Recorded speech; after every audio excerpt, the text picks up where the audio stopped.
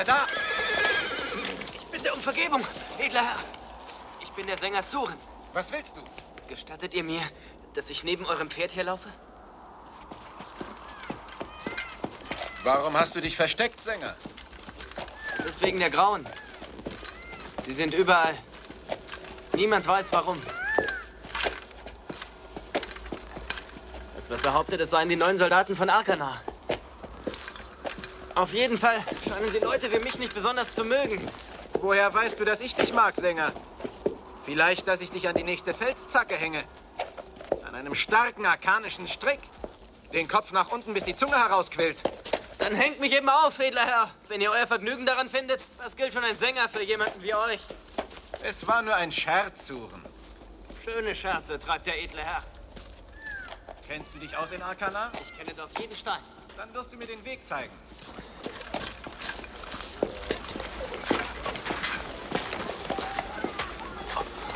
Was ist denn los? Da sind sie wieder, eine Rotte Graue. Sollten wir lieber nicht einkehren. Ich muss mein Pferd tränken.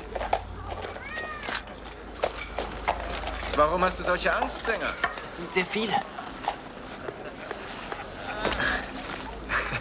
Es wäre doch langweilig, so viele Meilen zu reiten und keine einzige Rauferei.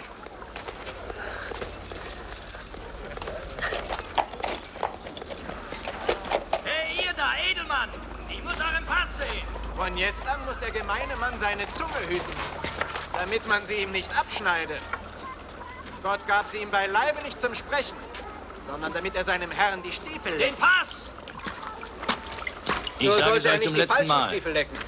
Was willst du mit dem Pass? Kannst ihn ja doch nicht lesen.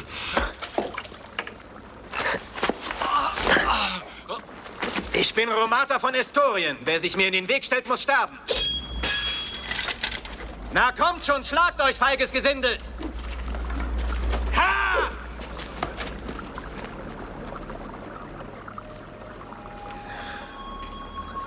Hey, Sänger! Habt ihr den Mann gesehen, mit dem ich gekommen bin?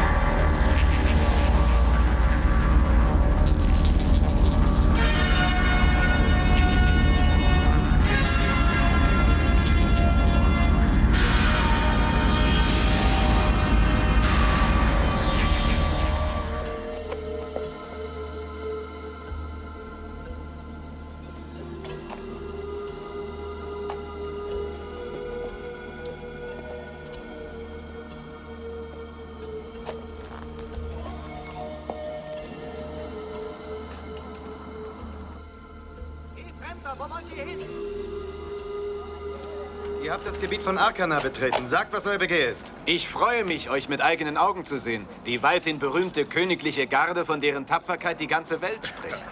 Es ist uns eine Ehre, edler Herr. Ah, die ganze Welt spricht von unserer uns. Tapferkeit spricht man? Erzählt, dass ihr uns gesehen habt, ja? Halt, wartet! Hey! Wie lautet euer Name, Fremder? Ihr müsst euren Namen sagen.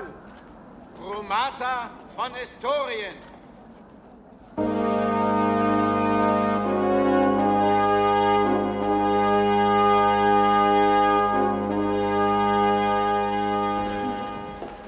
Der König wird sich freuen, euch zu sehen. Wir empfangen nicht viele Gäste. Darf ich fragen, edler Herr, was euch in unsere einst prächtige Stadt führt? Ich gebe gern mein Geld mit vollen Händen aus. Wie ich gesehen habe, kann man sich hier prächtig amüsieren. Wenn es darum geht, will ich euch jederzeit gern behilflich sein. Riebert, Der Hauptmann der Palastwache. von Estorien ist gekommen, um dem König seine Aufwartung zu machen und um ihm seine Dienste anzubieten.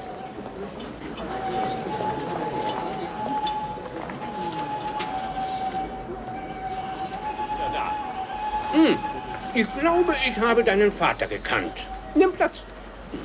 Wir verbeugen uns vor dem Gewand des Königs. Magst du gefüllte Hundeohren? In Kapugi-Saft eingelegt.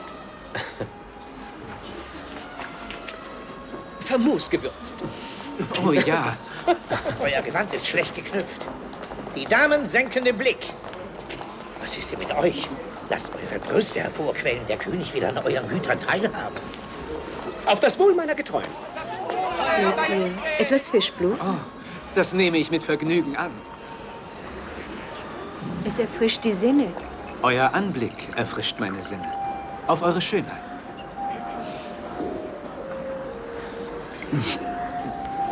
Ich mag auch kein Fischblut. Wir verbeugen uns vor dem Mantel des Königs.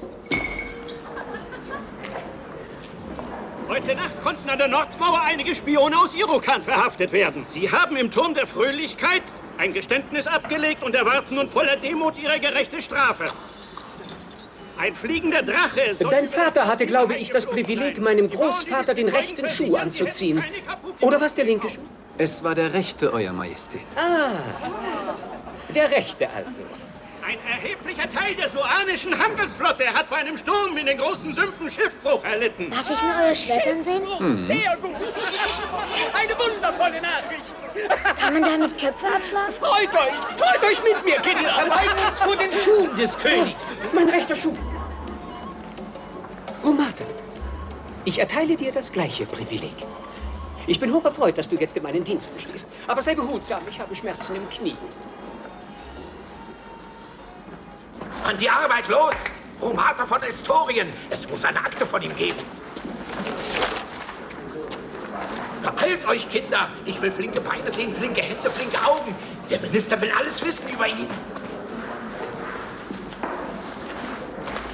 Romata von Estorien! Ich hab's gefunden! Ihr braucht eine Aufenthaltserlaubnis für das Schloss. Eine Aufenthaltserlaubnis? Vorschrift des neuen Sicherheitsministers. Ganz im Vertrauen dieser Rehberg, niedriger Adel. Er kann sich noch nicht mal richtig verbeugen.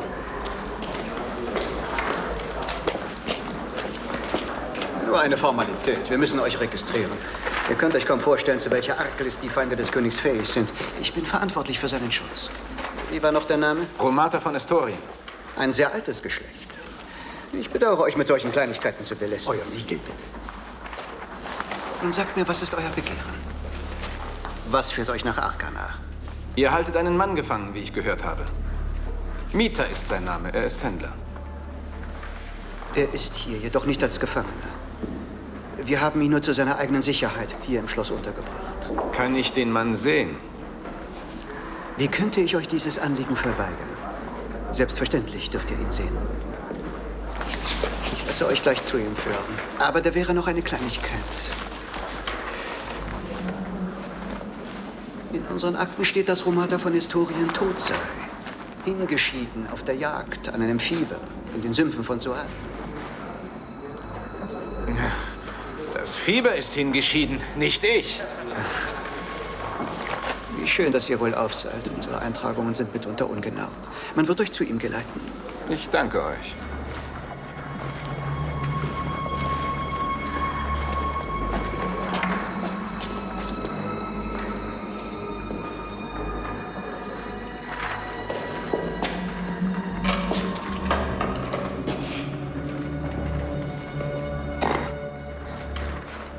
Ich begrüße den ehrenwerten Mieter.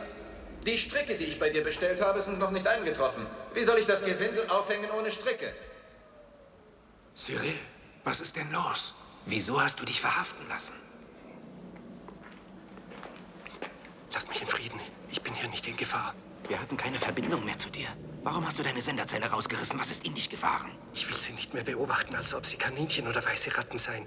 Sie sind wie wir, Anton. Verstehst du das nicht? Wir müssen ihnen unbedingt helfen. Sie sind nicht wie wir, Cyril. Es sind unsere Brüder und sie leiden. Sie brauchen uns. Und wenn schon? Es sind stumpfe, abergläubische, unterwürfige Kreaturen. Glaubst du etwa, du könntest sie ändern? Große Ereignisse. Große Veränderungen stehen bevor. Gib mir noch etwas Zeit. Ich bitte dich, um unserer Freundschaft willen. Ich kann nicht kurz vor dem Ziel aufgeben. Mein Auftrag ist, dich zu finden und zurückzubringen. Wenn du mich unbedingt wegholen willst, dann musst du mich gewaltsam wegschaffen. Und du musst gegen sie kämpfen. Ich bitte um Vergebung.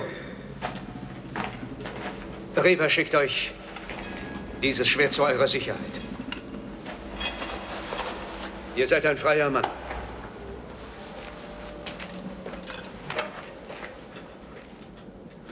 ist mit diesem Reber? Kannst du ihm vertrauen? Er ist der Einzige, der die Macht des korrupten Adels brechen kann. Anton, wir müssen handeln. Budach ist verschwunden. Er könnte diesen Planeten um 1000 Jahre voranbringen.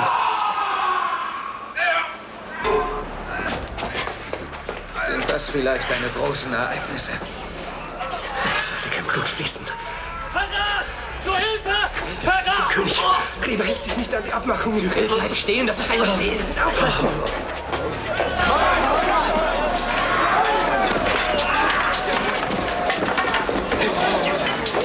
Nehmt den Kerl fest und den da und den hier und diese beiden. Greift die anderen zusammen. Schützt den König! Was fällt euch ein? Was hat das alles zu bedeuten? Helft, Was geht denn hier vor? Helft! Euer Majestät! Was wollen Sie? Reber! So sagen wir! Reber! Helfen! Wo ist Reber? Reber! Euer Majestät? Was soll diese lästige Störung? Was geht hier vor? Keine Angst, Majestät. Die Verschwörung wurde rechtzeitig aufgedeckt. Eine Verschwörung? Wer? Wer hat sich gegen mich verschworen? Die Schuldigen werden gerade festgenommen. Die Verschwörung meiner Ebene? Ist das wahr, dass ihr euch verschworen habt gegen mich? Aber wieso denn? Wieso habt ihr euch gegen mich verschworen? All die Jahre habe ich die Last der Krone für euch getragen. Mich getäuscht. Seid doch hier, um den Menschen die Freiheit zu verkünden. Auf, das kann doch nicht dein Ernst. Ich wäre schon zurückgetreten, aber ihr vertraut Lass mich! Was hat das zu bedeuten, Reber? Da und dort drüben, diese grauen Gestalten. Es sind Freiwillige, die sich mit Leib und Seele dem Wohl Arkanas verschrieben haben. Ich habe sie selbst ausgesucht. Ich will sie hier nicht sehen. Nicht in meinen Palast. Wenn jemand es wagt, mich anzufassen, schneide ich ihr den Hals durch! Bitte nicht, tötet mich nicht! Ihr Majestät hatte die Ehre, euch darauf hinzuweisen. Der Mensch wird freigeboren und er soll in Freiheit leben. Euer Sicherheitsminister scheint nicht verstanden zu haben, dass man hierfür niemanden umzubringen braucht. Es ist... Dieser angebliche Händler war das Haupt der Verschwörung. Er wollte euch töten. Cyril! Schafft seine Leiche raus und hängt sie für alle sichtbar an den Turm der Fröhlichkeit. Sein Leichnam gehört mir. Er schuldete mir noch Geld. Ich werde aus seinem Schädel eine Schale machen, um auf das Wohl eurer Majestät zu trinken. Wie schön. Du kannst ihn haben. Bring ihn weg von hier. Du nimmst ihn doch mit, ja? Ja, gut. Ich möchte, dass du ihn sofort mitnimmst. Sein Anblick macht mir Kopfschmerzen. Ich habe Kopfschmerzen.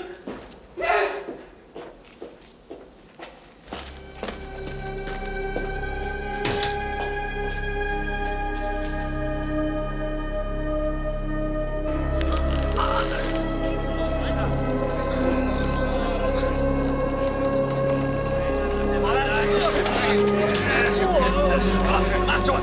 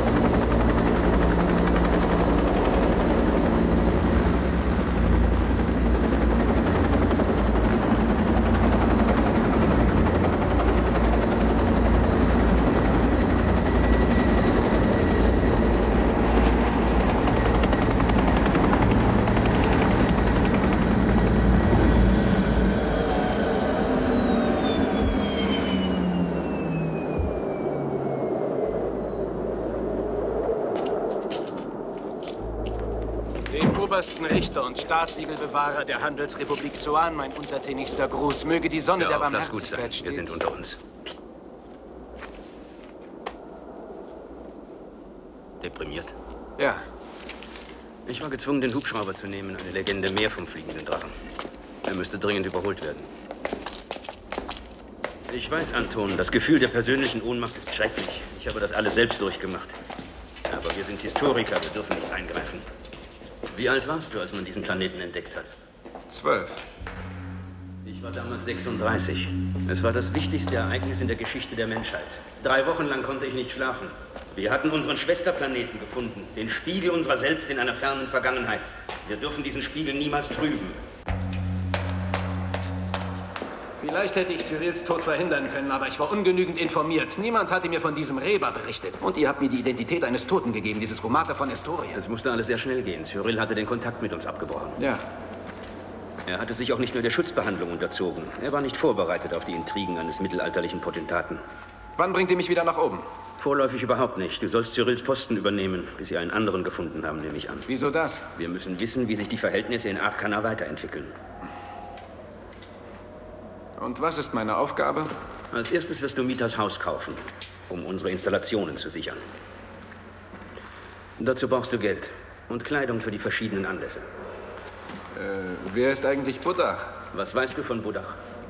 Wenig. Cyril hat ihn im Gefängnis erwähnt. Er sagt, er sei verschwunden. Ein Gelehrter aus Irokan, einer der außergewöhnlichsten Menschen dieses Planeten. Cyril ist mit ihm in Verbindung getreten, kurz bevor er den Kontakt mit uns abgebrochen hat. Hier ist Gold in arkanischer Währung. Danke. In den Taschen findest du alles Notwendige für das Leben bei Hofe. Außerdem bekommst du einige biografische Daten über Romata von Estorien. Was ist denn jetzt wieder los? Mit dem ältesten Schrott müssen wir hier arbeiten. Du wirst deine Legende beibehalten müssen, auch wenn du dich noch so sehr darüber beschwerst. Hier sind die Fakten über ihn. Du solltest sie dir einprägen.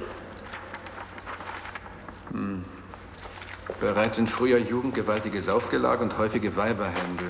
Im Alter von 21 Jahren schändet Romata Durana die Tochter des Herzogs von Ekin, tötet ihren Bruder im Duell, muss daraufhin seine Heimat verlassen und führt ein unstetes Leben an verschiedenen Höfen. Was auch immer geschehen mag, du darfst auf keinen Fall töten.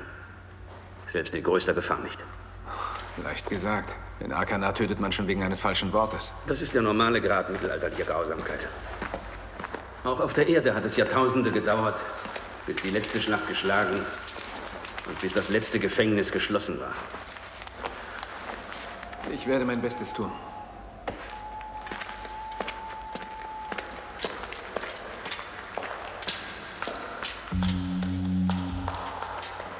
Pass auf dich auf, Anton. Welch eine Mondnacht, mein Lieber. Ich hoffe, der Himmel wird bei unserer Ankunft ebenso klar sein. Dieses herrliche Gestirn hat ein Kind geboren. Die Leute sind durch dieses Ereignis sehr erschreckt und flüchten in allerlei Aberglauben. Aber mit Hilfe unseres Instruments werden sie die Wahrheit erkennen. Weißt du, woher dieser eigenartige Duft kommt? Ich glaube, hier gibt es Glomphilien, eine seltene Pflanze, die nur in der Einöde wächst. Sieh doch mal nach. Es sind Büschel von kleinen grauen Blüten. Überall kann man etwas finden, um das Schicksal der Menschen zu erleichtern. Denn das Leben ist voller Leid.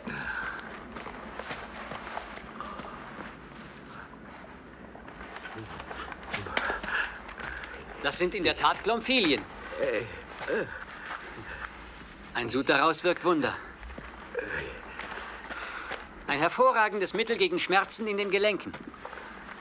Hätten wir nicht diese Fähigkeit zu leiden, gäbe es uns schon längst nicht mehr. Jedoch hat Gott uns einen großen Vorrat an Geduld gegeben. Kein Pferd, kein Hund und keine Maus besitzt diese Fähigkeit. Mit großer Ausdauer überstehen wir die schlimmsten Qualen.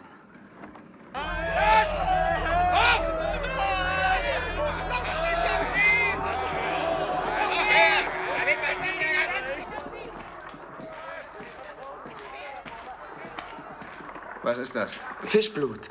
Nein, nein, nein, auf keinen Fall. Wir trinken morgens immer Fischblut. Es dient dem Wohlergehen. Wenn dir am Wohlergehen deines Herrn gelegen ist, solltest du mir lieber ein frisches Handtuch geben. Zum Waschen. Waschen, waschen. Immer nur waschen. Sowas gibt's nur hier bei uns. Nicht mal der König wäscht sich. Der König ist ja auch krank. Du solltest auch ab und zu mal ein Bad nehmen. Meister Mieter hat mir das auch immer gesagt.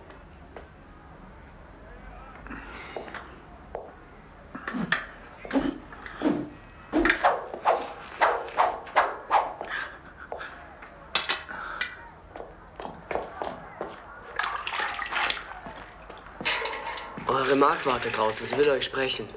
Dann sag ihr, sie soll raufkommen. Ihr solltet sie lieber davonjagen. Sie macht alles nach ihrem eigenen Kopf. Ich werde gleich dich davonjagen. Was will ich? Was soll er mit den Stricken? Der Waffenhändler Haug zieht sie zurück. Lass mich vorbei. Der Herr wird zornig.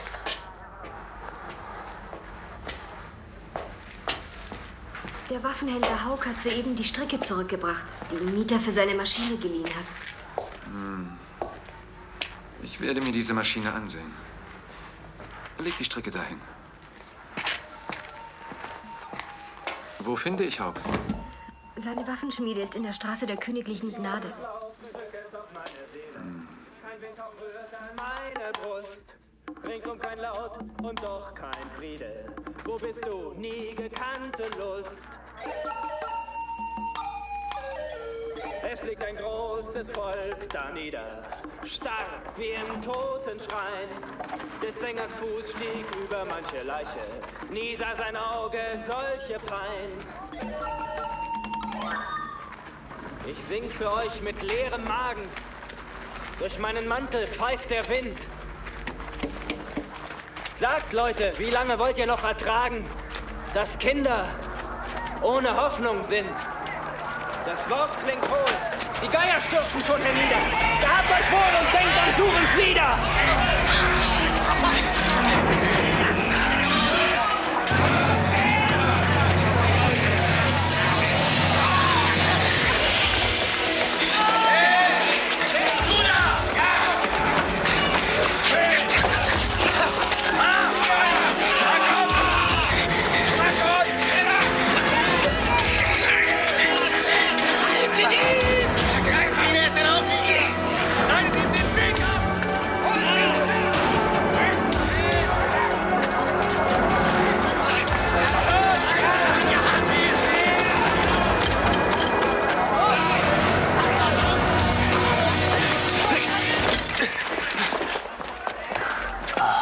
Ihr seid es, edler Herr.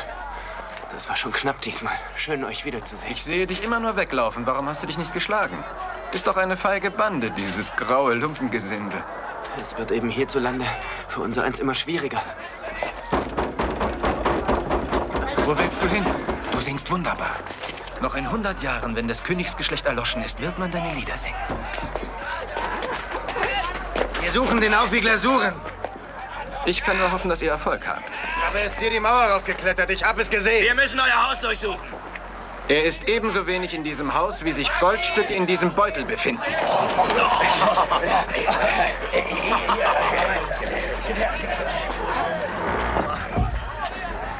Der Aufwiegler Suren hat es gewagt, auf der Straße der übergroßen Dankbarkeit Spottlieder zu singen, die für Arkana und für euch beleidigend sind. Warum wurde er nicht festgenommen? Er floh ins Haus des Händlers Mieter, das der edle Romata gekauft hat. Und der hat den Soldaten Gold gegeben. Und? Er hat sie bestochen. Diese Münze konnte ich an mich bringen. Dieser Romata ist wirklich undurchschaubar. Wir sollten ihn aufhängen. Ihn im Auge behalten. Ich frage mich wirklich, woran er hier in Arkana Gefallen findet. Wieso? Wollt ihr damit sagen, dass unsere Stadt nicht die größte und prächtigste ist? Aber nein, das will ich nicht. Gewiss ist sie das. Diese Goldmünzen hat Mieter dem Waffenhändler Haug gegeben, damit er ihm davon eine Maschine baut. Eine Kriegsmaschine? Nagelneue Goldmünzen. Die gleichen, wie sie der edle Romata benutzt. 20 Stockhiebe. Nicht! Ihr seid hier, um zu schreien. Schreibt die Zahl der Goldstücke auf. Ihr wolltet mich sehen? Ich konnte nicht früher kommen. Der König hatte Schmerzen im Knie. Ich hoffe doch, ihr werdet Okana deswegen nicht böse sein, oder? Und ich hoffe, ihr vergesst nie, wem ihr eure Stellung verdeckt. Der edle Romata verteilt eine Menge Gold. Und was für ein Gold. Allein dieses Goldstück würde schon ausreichen, um ihn auf den Scheiterhaufen zu bringen. Das ist Teufelswerk. Menschliche Hände können kein Metall von solcher Reinheit erzeugen. Ihr werdet rausfinden, wo ihr es hat.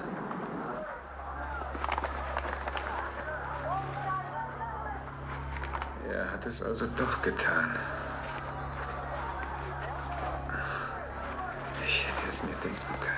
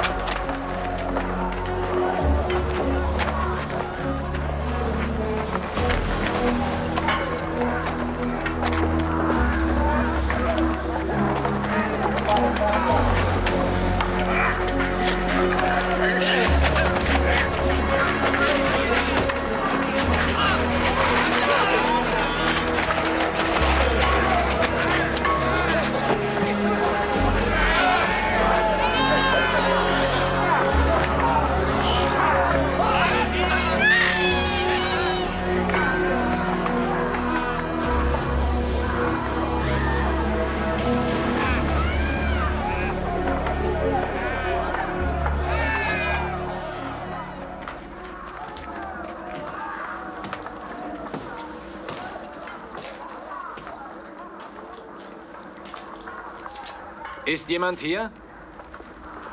Seid gegrüßt, edler Herr. Wie gehen die Geschäfte? Wem nützt es, wenn wir klagen? Womit kann ich euch dienen, edler Herr?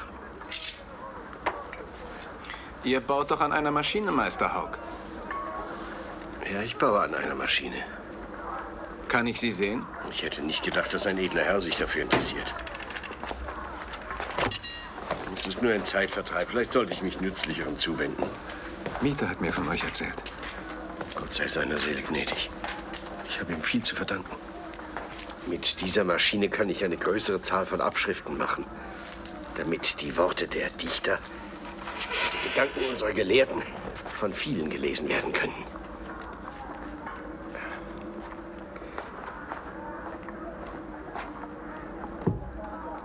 Der Schreiber dieses Buches hat von meiner Maschine gehört. Er wünscht, dass ich davon 10 Exemplare herstelle.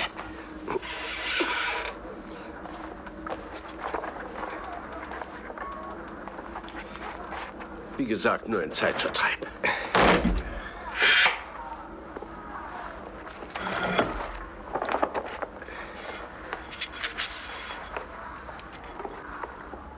Vielleicht sollte ich mich lieber nützlicherem zuwenden. Die Sterne sind Lebewesen wie wir. Sie werden geboren und sie sterben. Vor 16 Jahren hat der Mond ein Kind geboren. Am Platz der schweren Schwerter hat der gelehrte Buddha glatte, durchsichtige Steine gefunden. Er hat mit ihnen eine Vorrichtung gebaut, die die Kraft des Auges verstärkt. Er kann damit sogar die Sterne am Himmel aus der Nähe sehen. Eure Erfindung ist, wie ich glaube, ausgesprochen nützlich. Wirklich. Außerordentlich nützlich. Die großen Ideen haben die Dichter und Gelehrten. Ich bin nur ihr unbedeutender Diener. Der neue Stern ist durch die Vorrichtung von Buddha deutlich zu sehen. Hier ist sein Buch, von dem ich euch vorhin erzählt habe. Buddha ist Arzt. So wie er den menschlichen Körper studiert, beobachtet er auch die Sterne. Er berichtet von der seltsamen Form dieses Gestirns. Ich habe den Einband nach seinen Wünschen gefertigt. Das Oktagon.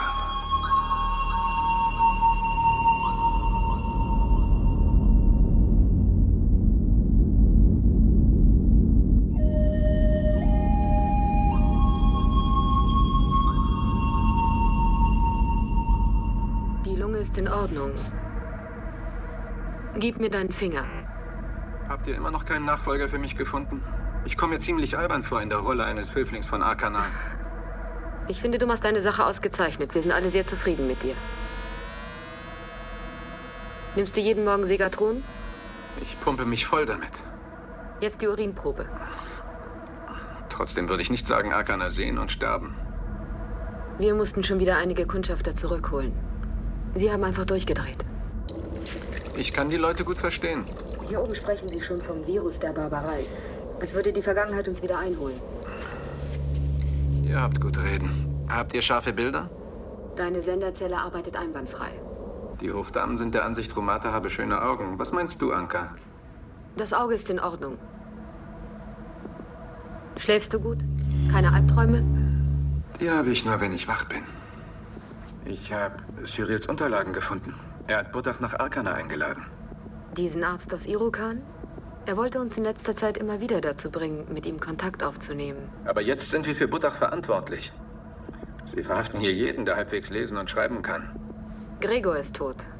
Er wollte einen Aufstand unter den murischen Sklaven entfesseln. Auf welche Weise ist er umgekommen? Er wurde lebendig begraben. Deine Schutzbehandlung. Ja. Sag mal, findest du es aufregend, mir ständig zuzusehen? Es ist mein Job. Und wenn ich in den Armen einer schönen Frau liege? Ich glaube, die schöne Arkana hat ein Auge auf mich geworfen. Die Mätresse des Königs wird bestimmt überwacht. Sei vorsichtig. Eifersüchtig? Die Untersuchung ist abgeschlossen. Mach's gut.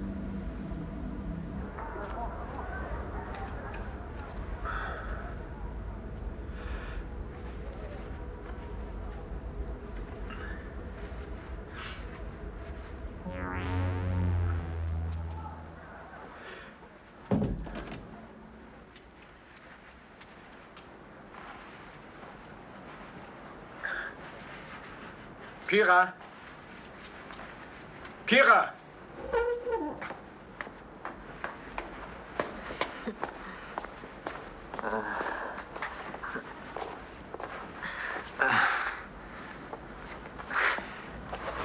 Da ist ein Brief von einer edlen Dame. Sie erwartet euch so schnell es geht bei Hofe. Und wer ist diese Dame? Okana. Woher weißt du, was sie geschrieben hat? Mita hat mir Lesen und Schreiben beigebracht.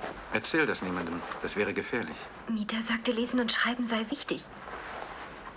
Weißt du nicht, was mit Leuten passiert, die lesen können? Sie werden aufgegriffen und in den Turm der Fröhlichkeit gebracht. Ich bin nur eine einfache Magd. Okana weiß darüber besser Bescheid. Man sagt, Reber nimmt sie häufig mit zu den Verhören. Du bringst mich auf einen Gedanken.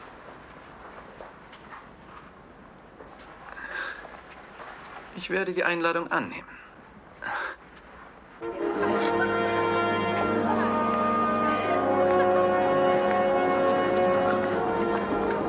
Hochedler Romata von Historie.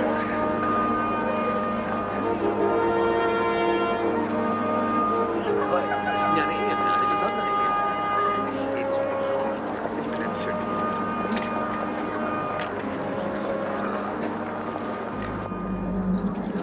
Was machen eure Bücherverbrennungen? Eine gewaltige Aufgabe. Nicht jeder Schriftkundige ist ein Feind der Krone. Wollt ihr wirklich alle gescheiten Leute ausrotten? Ich bin Soldat. Aber Ideen sind gefährlicher als Waffen. Wir brauchen Treue und keine Gescheiten. Da gibt es einen Arzt aus Irokan, der verbreitet mit vollem Ernst die Idee, die Krankheiten kämen von unsichtbaren kleinen Tierchen, die in uns leben. Oh. Ja, von unsichtbaren kleinen Tierchen.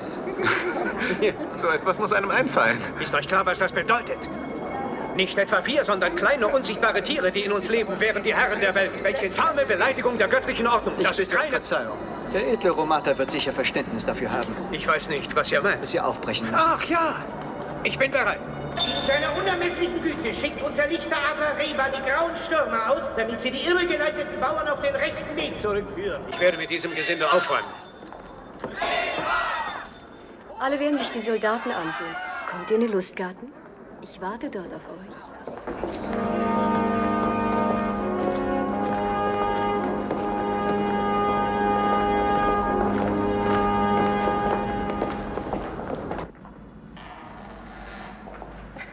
Wie könnte ein armes Mädchen wie ich euren Anstürmen widerstehen? Niemand gebietet über sein Herz. Auch das meine schlägt heftig in meiner Brust, da ich der schönsten Frau Arkanas gegenübertrete. Kommt näher, damit ich mich am Pochen eures Herzens erfreue. Da auch der erste Minister eure Gunst genießt, bitte ich um Verständnis für mein Zögern. Seid unbesorgt, seine Männlichkeit erwacht nur, wenn er die Schreie der Gefolterten hört. Deshalb schätzt er sehr, wenn ich ihn begleite. Hütet euch vor ihm. Da ihr Zugang habt zum Turm der Fröhlichkeit, ein berühmter Gelehrter ist auf dem Weg nach Arkana verschwunden. Warum sagt ihr mir das? Ich will ihm entgegenreiten, aber vielleicht haben ihn die grauen Stürmer schon gefasst. Oh, ihr seid also gekommen, weil ihr meine Hilfe braucht. Ja. Ich bin in großer Sorge um diesen Gelehrten. Er heißt Buddach. Ich dachte, ihr kommt, weil ihr mich begehrt. Jeder andere Mann würde mir die Füße küssen für einen Blick von mir. Etliche haben ihr Leben schon verwirkt, weil sie durch meinen Anblick den Verstand verloren haben. Und ihr braucht mich nur, um diesen alten Gelehrten zu finden. Ihr habt mir Dinge versprochen, die ihr nicht haltet. Ihr macht euch lustig über mich. Ihr habt mich missverstanden, verzeiht mir. Ich finde euch begehrenswert. Ist es wahr? Zeigt, dass ihr mich begehrt. Zieht euer Gewand aus, kommt. Eure Stiefel könnt ihr anbehalten. Entschuldigt, das ist alles etwas neu für mich. Gefällt es euch? Wartet, ihr werdet begeistert sein.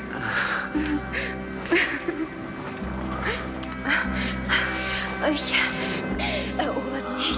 Ja. Nehmt die Festung ein. Ich bin eure Beute. Ihr seid eine ungewöhnliche Frau.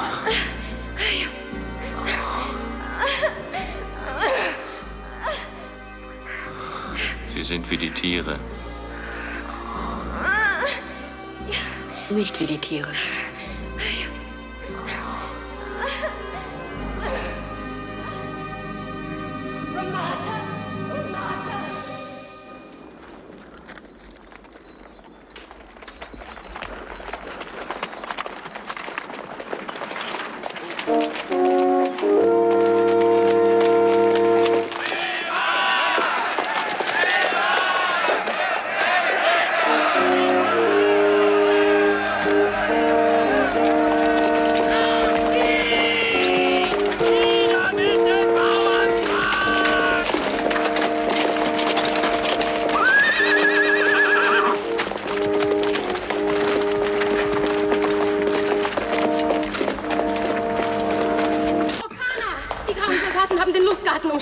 Sie werden jeden Augenblick hier eindringen. Ihr müsst fliehen. Reber darf euch hier nicht sehen. Ich werde nach eurem Gelehrten Ausschau halten. Wenn er im Turm ist, werde ich ihn finden. Ich danke euch, edle Orkana, aber ich möchte euch nicht alleine lassen.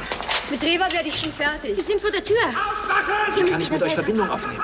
In der Grauen Taverne in der Unterstadt. Man kennt mich dort. An wen kann ich mich wenden? Nach Wager. Er ist mein Vertrauter.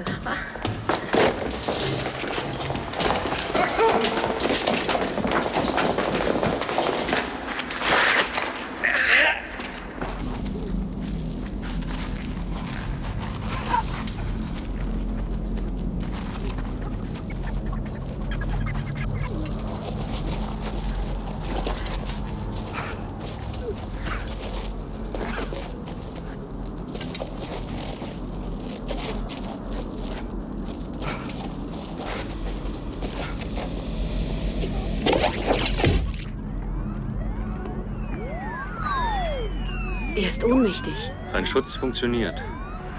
Er wird bald zu sich kommen.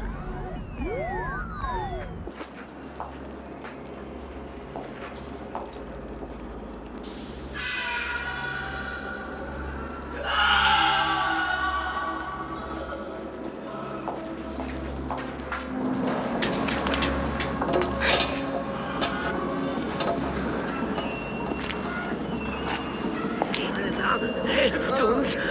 Bitte, helft uns!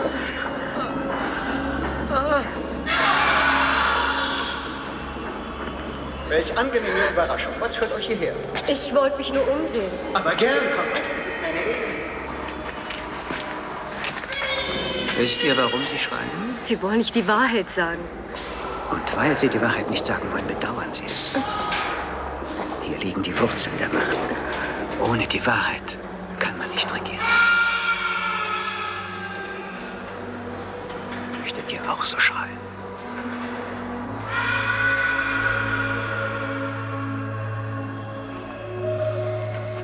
Ich möchte jetzt gehen. Dann müsst ihr mir die Wahrheit sagen. Wer hat euch beauftragt? Romate von Estorien. Er sucht den Gelehrten Buddha.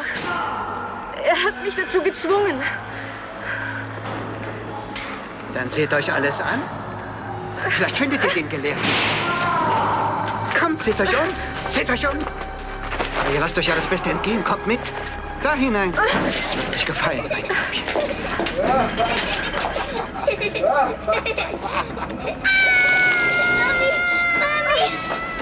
Nein, bitte nicht.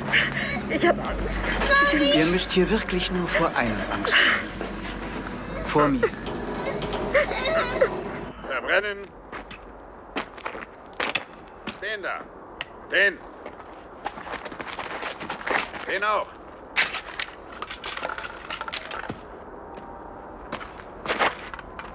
Verbrennen. Verbrennen. Einer von den Toten auferstanden! Wer seid ihr? Ich bin Magier, der Baumeister. Was macht ihr da oben, Herr? Ich baue einen Turm. Und ihr, was macht ihr da unten? Ich habe mich nur etwas ausgeruht. Was wollt ihr mit diesem Turm anfangen, wenn er fertig ist? Auf diesen Gabeln wird ein Rohr befestigt, das die Kraft des menschlichen Auges verstärkt. Wenn man durch dieses Rohr hindurch sieht, kann man die Sterne aus der Nähe betrachten. Wenn Gott gewollt hätte, dass wir die Sterne aus der Nähe sehen, hätte er uns bessere Augen gegeben. Warum trägst du dann ein Gewand? Wenn Gott gewollt hätte, dass du nicht nackt bist, so hätte er dir wohl ein Fell gegeben. Er will Gott ins Antlitz sehen! Gottes Zorn wird euch vernichten, wenn ihr das nicht verhindert! Unglück wird über dieses Land kommen! Als Gott sein zweites Auge über Arkana auftat, schloss er es wieder, da er Sünder sah wie dich. Gott hat überhaupt keine Augen! Weder 1 noch 2! Er braucht nämlich keine! Du lässt das Gott, was du sagst, ist Frevel! Gott will nicht, dass du ihm ins Gesicht starrst! Was ihr glaubt, ist aber ein großer Irrtum! Gott hat weder einen Mund, noch eine Nase, noch hat er Augen! Warum sollte er Jammergestalten wie euch ähnlich sehen? Er lässt uns durch! Reiß den Turm ein! Ihn aufhalten, bevor ich die Rache des Herrn trifft! Der Übermut der Gelehrten wird Unheil über das Volk bringen! Wo ist dieses Rohr, von dem ihr gesprochen habt? Der Erfinder selbst wollte es bringen. Wo ist dieser Mann? Er sollte längst hier sein. Vielleicht ist er noch beim Platz der schweren Schwerter, um nach durchsichtigen Steinen zu suchen. Wollt ihr nicht aufhören, ihr Tölpel? Ihr seht doch, dass ich mich unterhalte. Viel Glück, Bagir, und nehmt euch in Acht.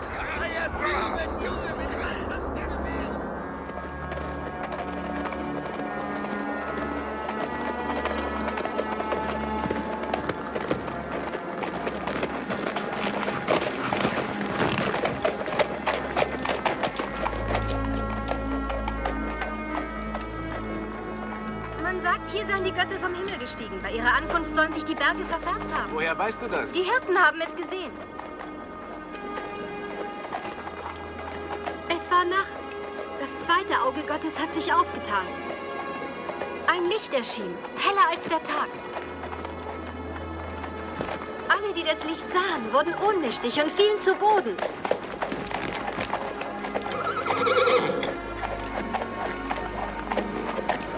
Wir sind da. Dort, wo die Götter die Erde berührt haben, wurde sie aufgewühlt wie bei einer Schlacht. Deshalb spricht man vom Platz der schweren Schwerter. Habt ihr denn überhaupt keine Angst? Ich will mir das ansehen.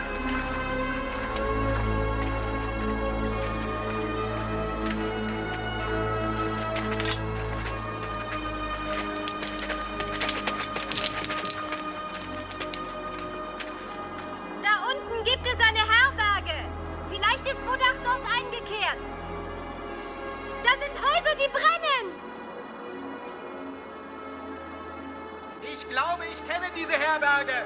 Ich sehe überall Rauch. Kira, reite auf dem schnellsten Weg zurück nach Arkana. Soll ich nicht doch mit euch kommen? Nein, reite zurück. Ich werde mich allein umsehen.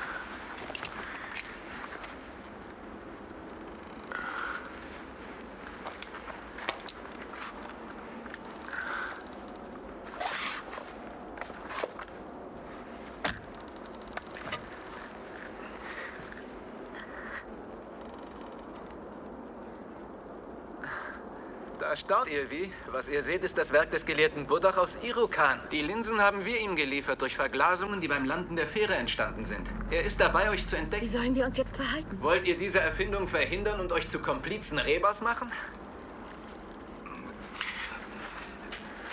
Buddach? Ist Buddach hier?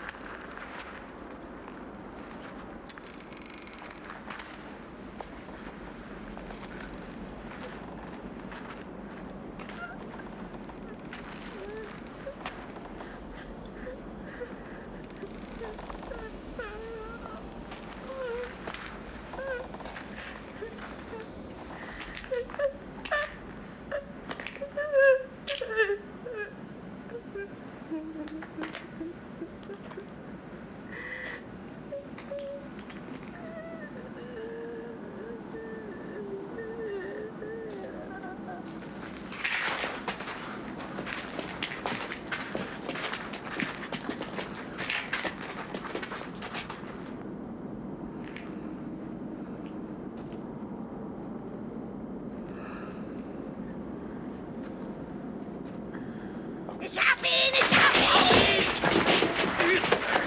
Und der ist der edle Herr. Gib doch das Messer rein! Ja, sind doch rein! Entschuldigung! Was kommt da? Du Dreckskerl!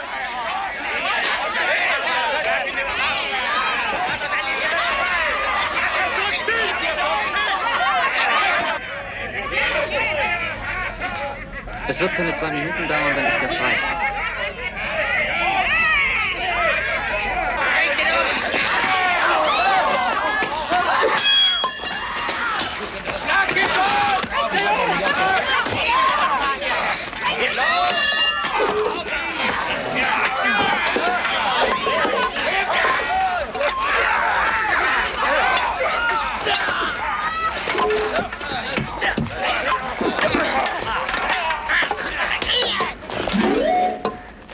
Lasst ihn in Frieden!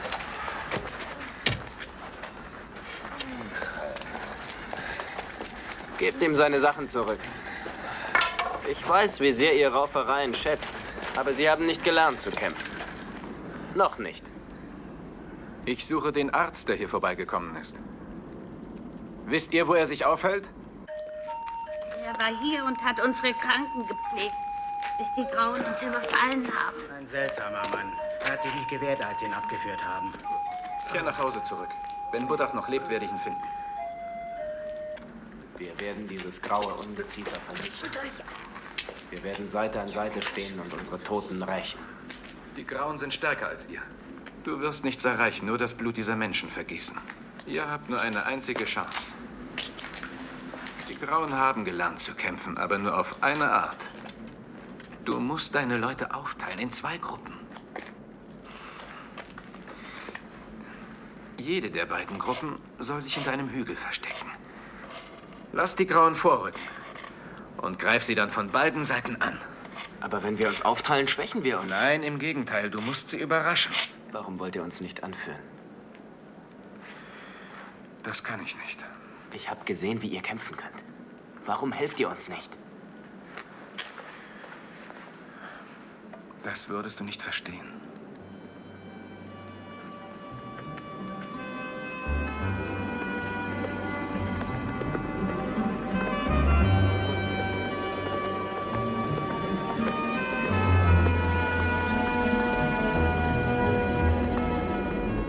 Vielleicht musste er einfach eingreifen und ihnen helfen. Aber genau genommen hat er die Geschichte verfälscht. Er hat den Bauern eine Chance gegeben. Sie haben Bagirs Turm in Brand gesteckt.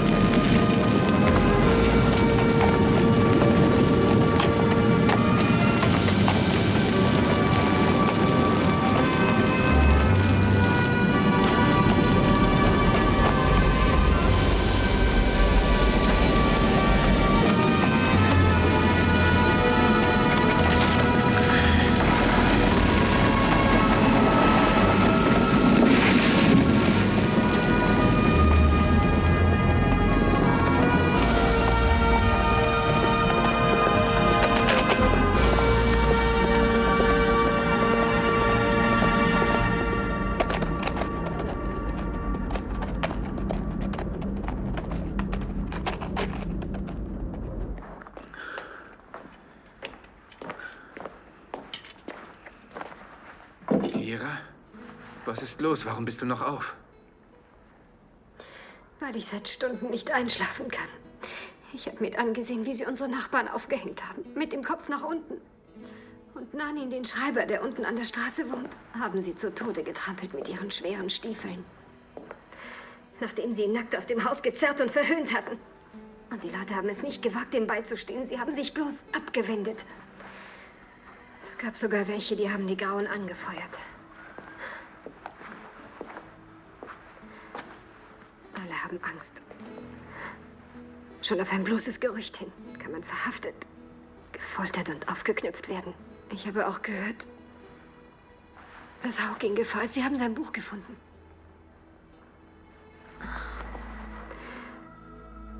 Ich bitte euch, helft uns, unternehmt etwas. Die Leute haben Vertrauen zu euch. Wie kommst du denn darauf, dass ich euch helfen kann? Weil ihr nicht so seid wie die anderen.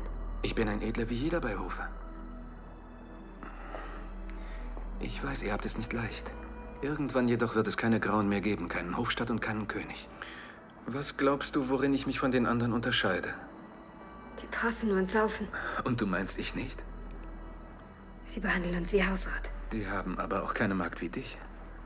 Was Hauck angeht, wenn er ernsthaft in Gefahr ist, werde ich versuchen, ihm zu helfen.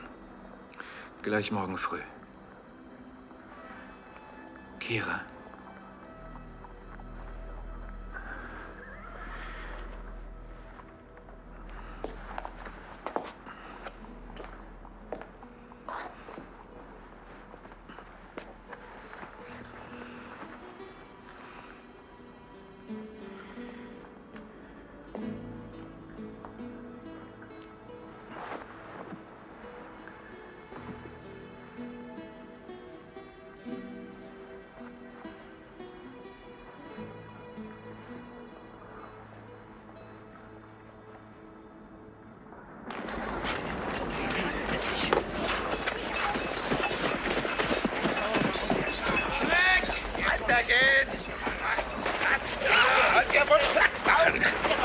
Was geht hier vor? Ach, nichts Besonderes. Wir haben einen geheimen Bücherbaum aufgespürt.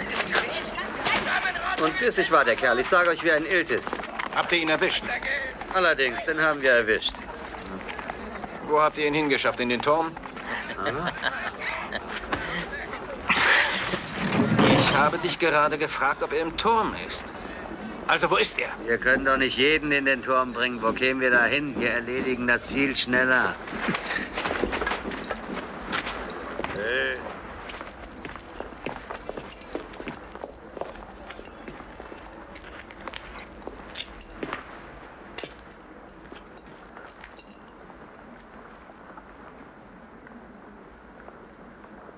Ich hoffe, ihr empfangt diese Bilder in bester Qualität. Sind wunderbar für die Ausbildung künftiger Beobachter geeignet.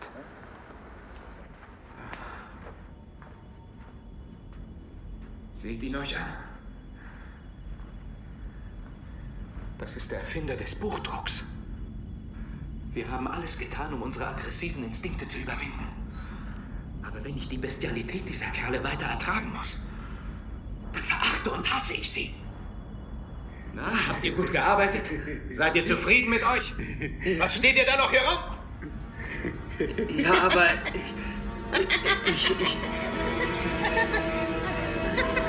Nein, bitte nicht!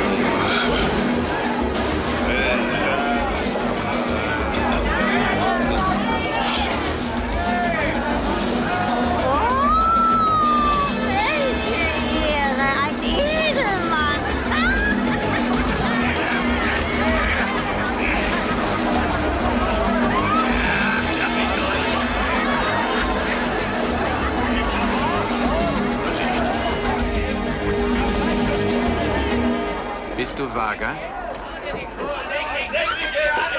Ich will zu einer Dame vom Hof. Damen vom Hof kann ich euch wirklich nicht anbieten. Ihr werdet euch mit den Mädchen hier begnügen müssen. Er meint wohl unsere Okana. Warum ist die jetzt bei Hofe und ich nicht? Ja, als ob bei ihr was anders wäre als bei mir. Hey, Wirt! Ich habe gewaltigen Durst. Und außerdem will ich was Ordentliches zum Beißen.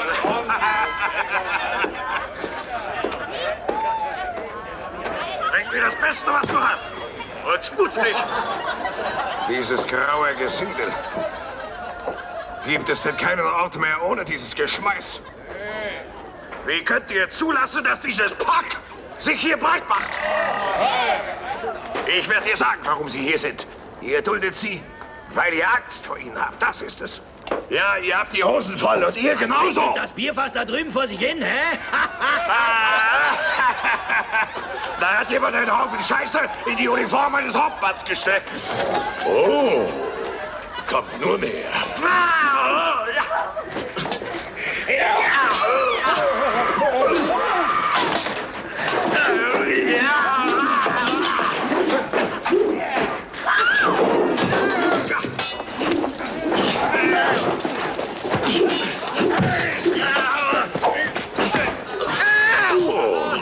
Sehr gut gemacht. Das macht Laune.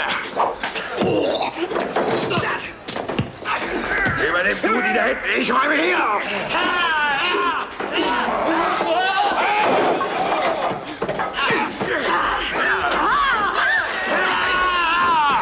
Schade, dass die Barone mich nicht sieht. Ich kann das stundenlang durchhalten.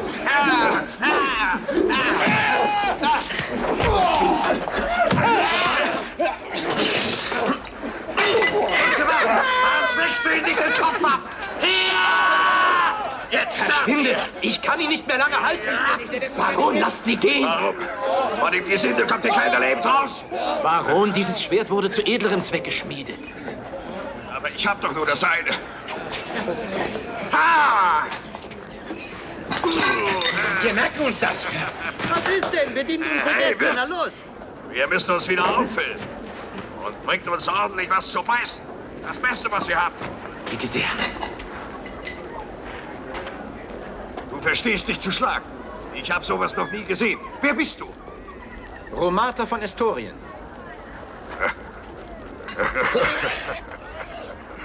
Du bist nicht Romata. Er war mein bester Freund. Er starb an meiner Seite bei einem Jagdausflug in den Sümpfen von Suan. Ich weiß. Aber behaltet es für euch. Wer so kämpft wie du, ist mein Bruder. Auf Baron Pampa. Auf Romata von Estorien.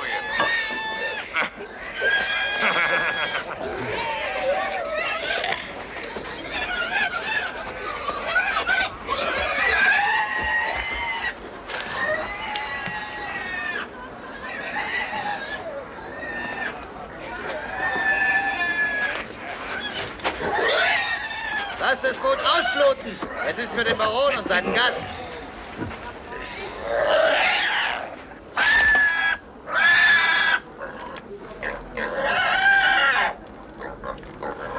Kaum zu glauben, dass wir früher auch mal so waren.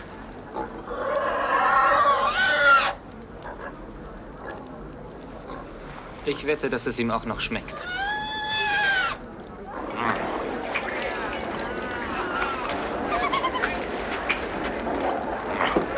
Was ist? Schmeckt's dir? Köstlich. Hervorragend.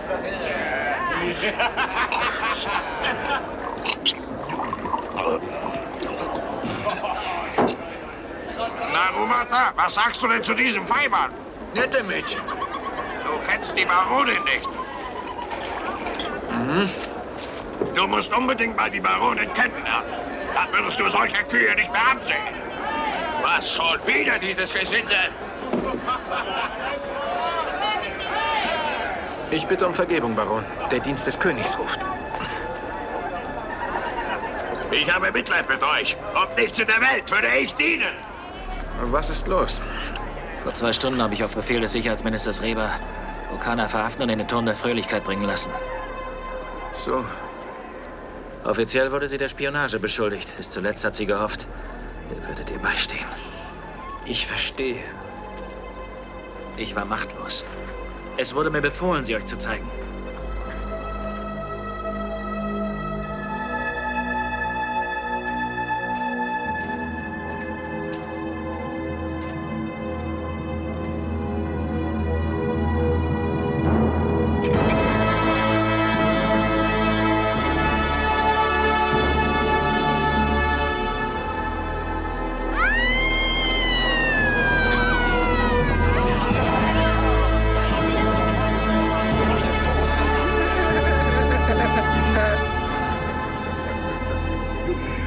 Setz dich her zu mir, Bruder. Komm, lass uns essen und trinken. Vergiss deine Sorgen. Trink mit mir.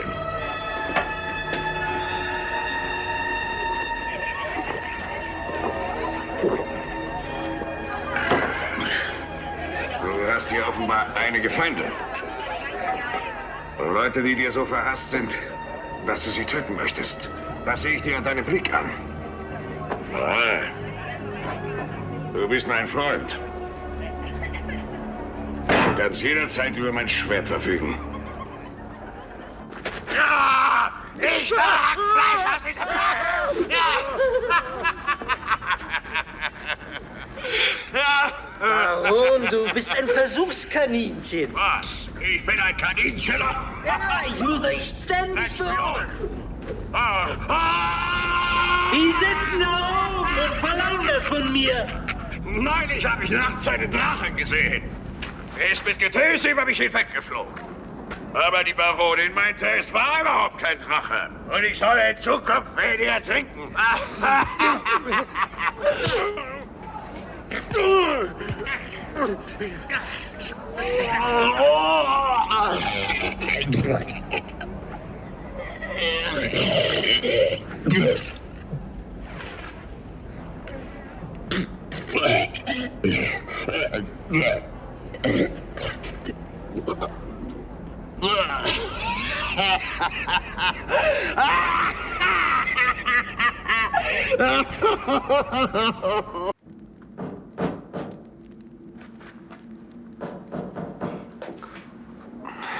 Wenn du das nächste Mal einen Drachen am Himmel siehst, reite ihm nach. Du wirst eine hübsche Überraschung erleben. Komm ja schon. Wir könnten noch die ganze Nacht durchzechen, edle Herren. Aber vor der Schlacht wollen wir schlafen. Keinen Tropfen Wein. Vor dem Kampf. Uno! Außerdem wäre die Baronin Mach dem unzufrieden. Baron ein Bett. Ein Bett? Wozu ein Bett? Auf dem Schlachtfeld ist das Bett des tapferen Kriegers. Das gesonnene Streitwort. Kira. Wo ist Kira?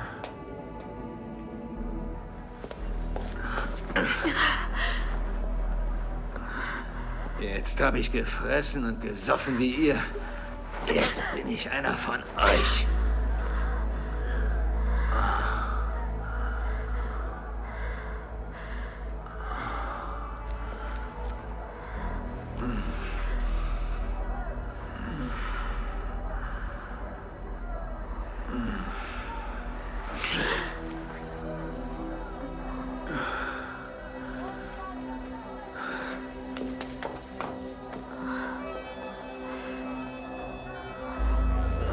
Wo sind denn diese Scheiß-Tabletten? Anton, beruhige dich. Beruhigen? Wieso denn beruhigen? Ich bin ja vollkommen ruhig, nur werden die, mit denen ich Kontakt aufnehme, umgebracht. Auch wenn jemand gefoltert wird, bin ich ganz ruhig. Und wenn jemand gevierteilt wird, kann ich sogar applaudieren. Anton, du lässt dich gehen. Ja, ich bin betrunken und ich bin wütend. Ihr habt gut reden da oben. Ihr seht mir ständig zu. Heimlich. Was heißt heimlich? Wir machen unsere Arbeit genau wie du. Nimm dein Zigaton. Ich bleibe, wie ich bin. Wenn dir mein Zustand nicht gefällt, dann schalt ab. Anton. Scheiße. Die Entwicklung in Arkana macht auch uns große Sorgen. Du hast es nicht leicht, Anton. Lass uns darüber reden. Anton, komm zurück, Anton. Du gefährdest deinen Auftrag. Anton!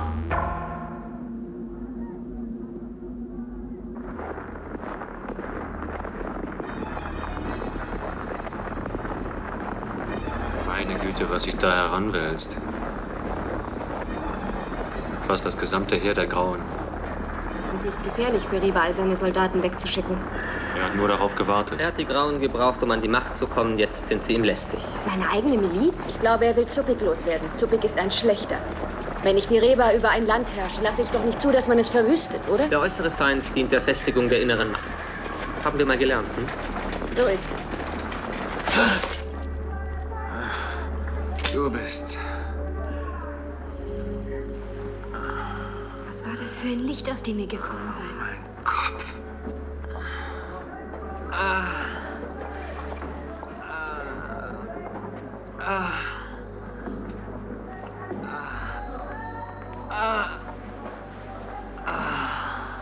Diese Frau, mit der ihr gesprochen habt.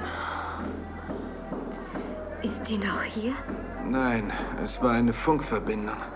Sie ist irgendwo da oben. Ihr müsst euch ausschlafen. Aber vielleicht haben sie Budach schon umgebracht. Gut möglich, dass mir Reba schon wieder zuvor gekommen ist. Wo ist Okana? Wo ist sie? Okana! Okana! Meine kleine Okana, wo ist sie? Habt ihr meine kleine Okana gesehen? Hm? Nein, ich bitte auch. Oh, Romata, du bist noch am Leben. Ich dachte schon, er hätte dich auch beiseite geschafft. Er bringt alle um. Er ist ein elender Minister, dieser Reba.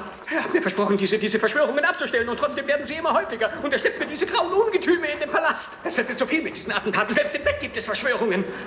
Ich bin der König, auch ich habe ein Recht darauf, nachzuschlafen. Warum kann man es denn nicht so einrichten, dass sie mich tagsüber überfallen? Noch eine solche Nacht und ich lasse diesen Reba hinrichten. Was ist denn? Esst nur. Deshalb seid ihr ja hier, um zu essen, um zu trinken, um zu scherzen. Ihr wartet auf mich. Ihr wartet auf euren König. Seht ihr? Ich esse. Seht mir nicht essen. Stopft es nur in euch hinein, solange ihr gesund seid. Esst nur. Euer König ist krank, er hat Schmerzen im Knie. Esst, während ich leide. Meine Krankheit wird immer schlimmer. Wo sind die Ärzte, die Quacksalber? Wo ist mein guter Tatar? Mir wurde schon durch seine Stimme leichter. Und ihr habt ihn aufgehängt, Dummkopf. Schweigt! Ich weiß, dass er ein Giftmischer war, aber das ist mir egal. Er hat nämlich was gegen meine Schmerzen getan. Versteht ihr das, ihr Mörder? Er hat den einen vergiftet und den anderen geheilt. Aber Reba, der will einfach jeden umbringen, der ihm in die Hände kommt. Nehmt euch doch selber auf! Mein König ordnet an, dass Reba euch den berühmten Arzt Budach vorführt. Nun gut, ich befehle. Wo ist dieser Arzt? Da ich um eure wahrhaft unerträglichen Leiden weiß, habe ich mir erlaubt, aus Irokan den hochgelehrten Dr. Budach kommen zu lassen. Leider wurde er von den grauen Soldaten des ehrenwerten Reba ergriffen. Ich kann nur hoffen, dass die eigenartige Abneigung eures Ministers gegen Gelehrte noch nicht zu seinem Verhängnis wurde. Ich bring dich noch um, du Gauner! Wo ist dieser Arzt? Schweig, ich frage dich, wo der Arzt ist! Es ist wahr, dass ich den berühmten Dr. Budach vor den Gefahren der Reise schützen wollte und ihm meine grauen Soldaten entgegengeschickt habe. Was quasselt der da? Ich will wissen, wo er ist. Ich wollte zu eurer Sicherheit noch eine Untersuchung vornehmen. Vermutlich weiß der edle Romata nicht, zu welcher Bosheit gegenüber eurer Majestät die Herrscher von Irokan fähig sind. Wir beide wissen, dass mein König nicht war. Aber wenn ihr Majestät und Romata es wünschen, lasse ich ihn vorführen. Bitte?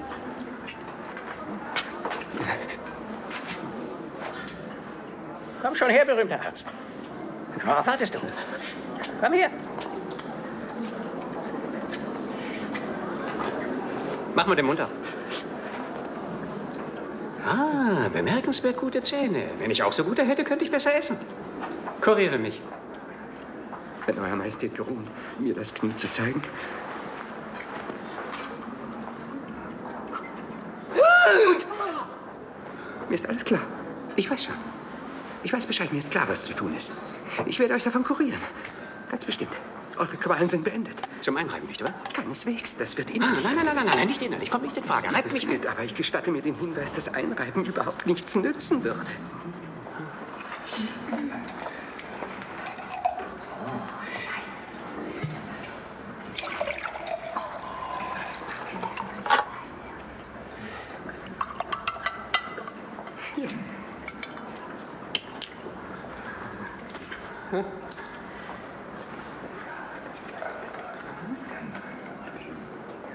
Nimm einen Schluck.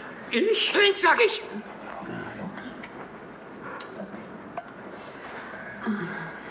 Ich befehle es. Ne? Wie ist es? Bitter. Scheußlich. Aber ihr könnt es ruhig trinken. Dann werde ich es trinken. Ich werde es trinken.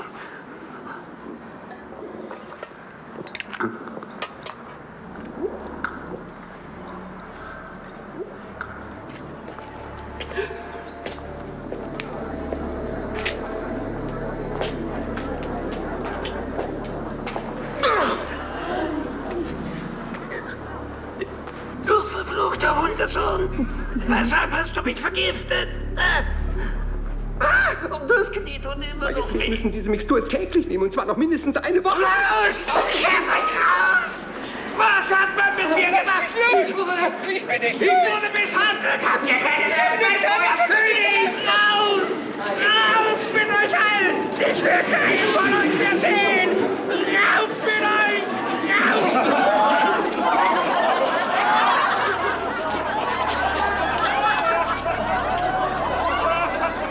Er war nicht echt.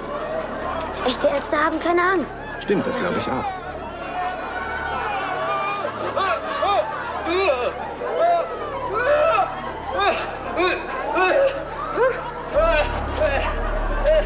Nichts! Lass mich leben! Lass mich nicht! Ich wüsste nichts davon! Ich wüsste nichts, werde nicht! Renate, zu euch habe ich Vertrauen, deshalb will ich euch um etwas bitten. Würdet ihr bei mir heute Nacht Wache halten? Ich verspreche es dir. Wenn mein Vater sehr krank wird, kann er mich nicht mehr vor Reber schützen.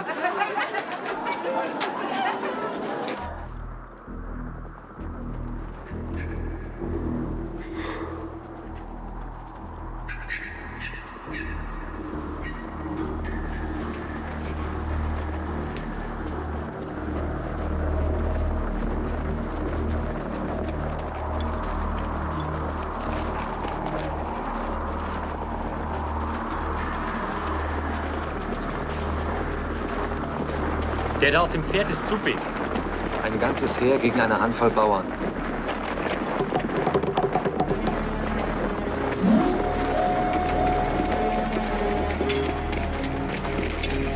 Er lockt sie in eine Falle. Bitte nach! Vernichtet sie!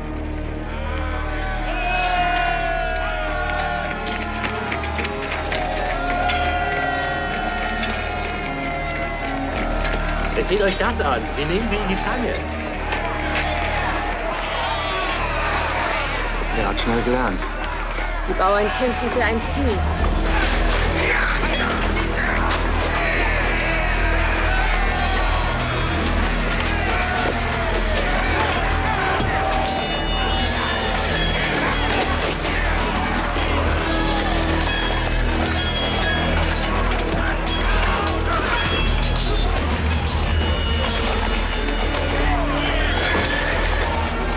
Die Bauern siegen! Ja!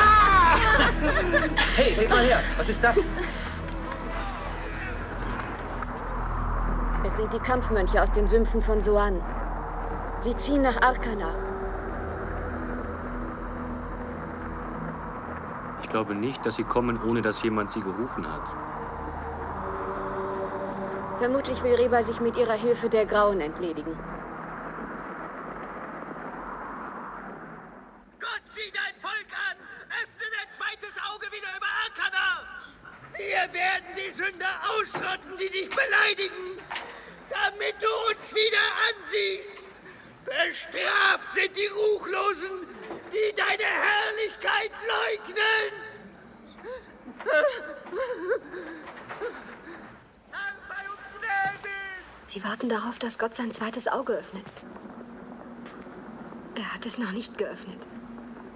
Nein. Glaubt ihr, dass er es je tun wird? Ja.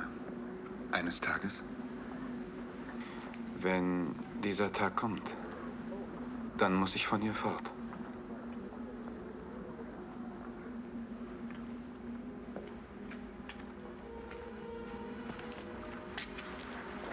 Wohin geht ihr dann?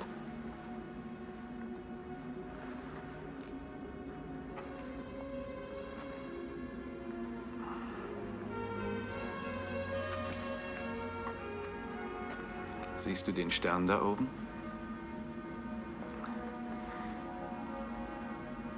Den kleinen da, unter den 3 Geschwistern. Die Erde, auf der ich geboren bin, befindet sich ganz in der Nähe dieses Sterns.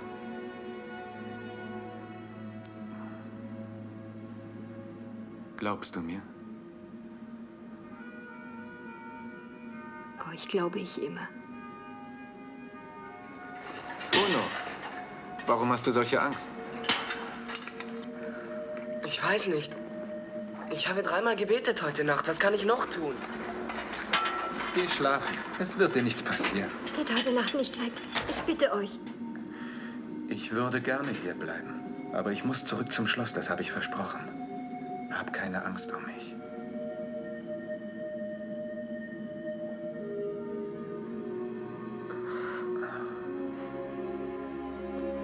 Gibt es das auch auf eurem Stern? Dass man sich gegenseitig tötet? Nein. Schon lange nicht mehr. Und niemand leidet Not? Nein.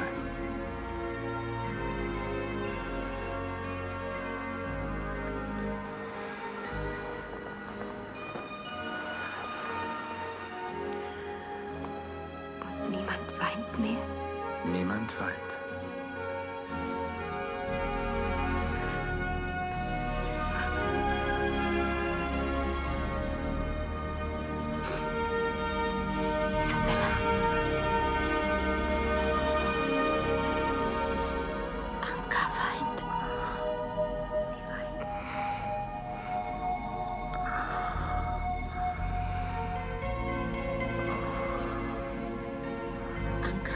Möchtest du dich ausruhen?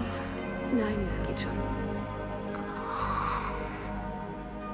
Ich habe das Gefühl, als ob wir nicht alleine wären. Schon möglich. Was auch immer geschieht, ich werde dich nie verlassen. Jetzt mache ich die Augen zu. Dann kann uns niemand mehr sehen.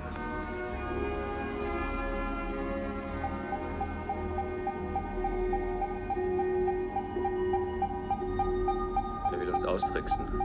Gib mir mal eine Außenkamera auf A47. Das haben wir gleich. Umschalten. Automatik. Automatik läuft. So leicht wird er uns nicht los. Wie hast du das jetzt gemacht? Wärmefotografie.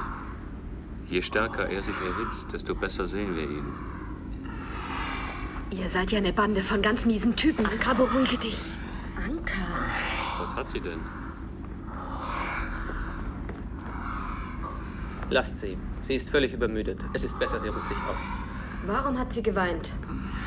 Sie macht sich Sorgen um Anton. Er wird immer mehr zu einem der Ihren. Er ist jetzt zu allem fähig. Wir haben gelernt, unsere Emotionen zu beherrschen. Irgendwie scheint das nicht mehr zu funktionieren. Niemand kann auf die Dauer Bilder sehen von Leuten, die blutiges Fleisch essen und die sich gegenseitig umbringen, ohne dass er beeinflusst wird. Das würde bedeuten, dass nicht nur Anton sich verändert, sondern auch wir uns hier im Raumschiff. Eine bizarre Theorie, nur weil jemand geweint hat. Vielleicht werden wir hier oben auch bald ein Schwein braten. Aber das ist doch Blödsinn. Anka hat geweint. In all den Jahren hier ist so etwas nie geschehen. Weil hier etwas vor sich geht, das für uns nicht nachvollziehbar ist. Deshalb hat sie geweint. Ja. Sie hat etwas wiederentdeckt, das wir schon lange verloren haben. Achtung, ein Gespräch von der Erde. Ich beobachte mit Sorge, wie sich gewisse Formen von Intoleranz und Aggressivität unter der Besatzung der Raumstation ausbreiten. Einige ihrer Kollegen mussten wir zurückholen, weil sie sich von Gefühlen leiten ließen, die wir seit langem für überwunden glaubten. Für andere war es zu spät. Sie sind durch eigene Schuld gestorben. Ich bitte Sie als Mitglieder des Instituts dafür zu sorgen, dass diese bedrohliche Entwicklung nicht außer Kontrolle gerät und das gesamte Projekt gefährdet. Ich danke Ihnen.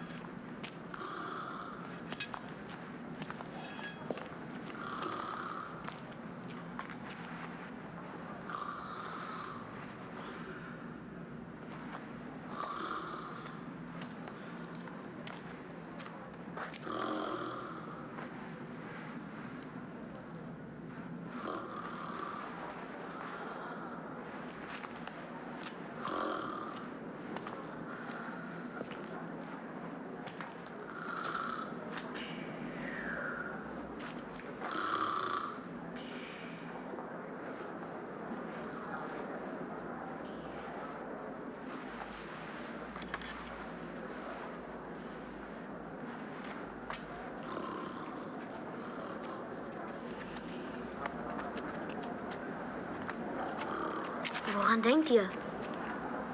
An Buddach, der irgendwo im Kerker sitzt. Drüben im Turm oder sonst wo, angekettet und erniedrigt. Und wieso müsst ihr an ihn denken? Weil es so viel Elend gibt auf dieser Welt. Nur von Zeit zu Zeit erhellt ein Licht dieses Dunkel. Zum Beispiel, wenn ein Sänger ein Lied singt oder ein Gelehrter die Wahrheit ergründet.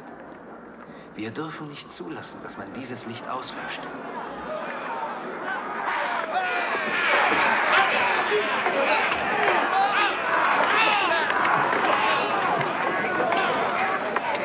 Du musst jetzt schlafen. Nichts ist schlimmer als Unwissenheit, als der Mangel an Ideen, als Gleichgültigkeit. Erzählt weiter. Die wenigsten Menschen, die im Elend leben, können etwas für ihre Not. Als König wirst du für sie verantwortlich sein. Sie werden dir Vertrauen entgegenbringen und auch du musst Vertrauen zu ihnen haben. Wir brauchen Menschen, die denken. Wenn ich König bin, schlage ich Reber den Kopf ab. Und dann bringt irgendjemand dich um. Und so geht das Morden immer weiter. Ihr werdet mein erster Minister und habt dann auch die Aufgabe, mich zu beschützen. Ich weiß nicht, ob ich immer bei dir sein kann.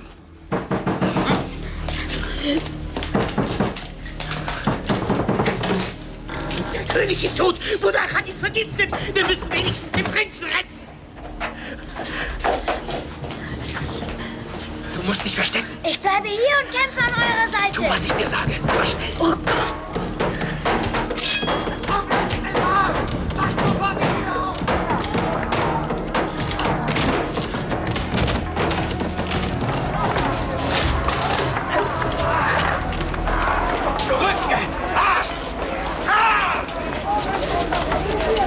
Versteckt dich! Schert euch aus, oder ihr bereut es!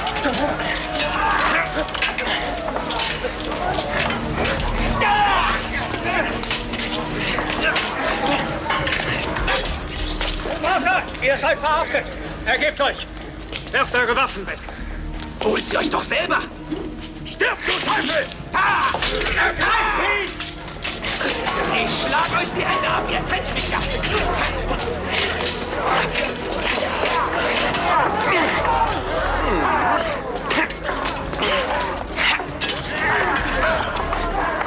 Du Lump!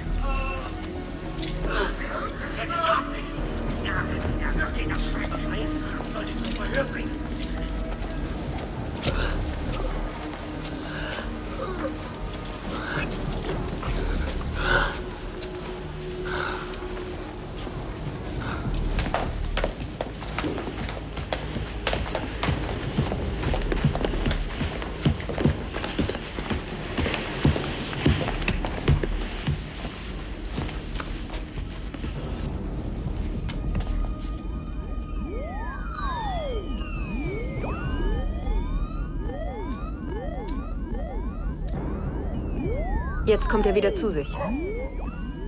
Was haben die mit ihm vor? Er gibt ihm was zu trinken. Was flößt er ihm ein? Spektralanalyse der Flüssigkeit vornehmen. Hat es euch gemundet? Es ist das gleiche Gift, das den König getötet hat.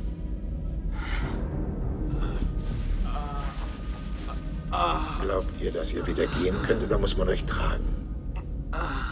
Romata! Romata! Hey! Romata!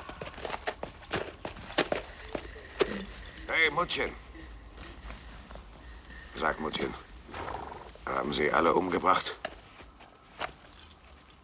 Höllenbrut. Ha!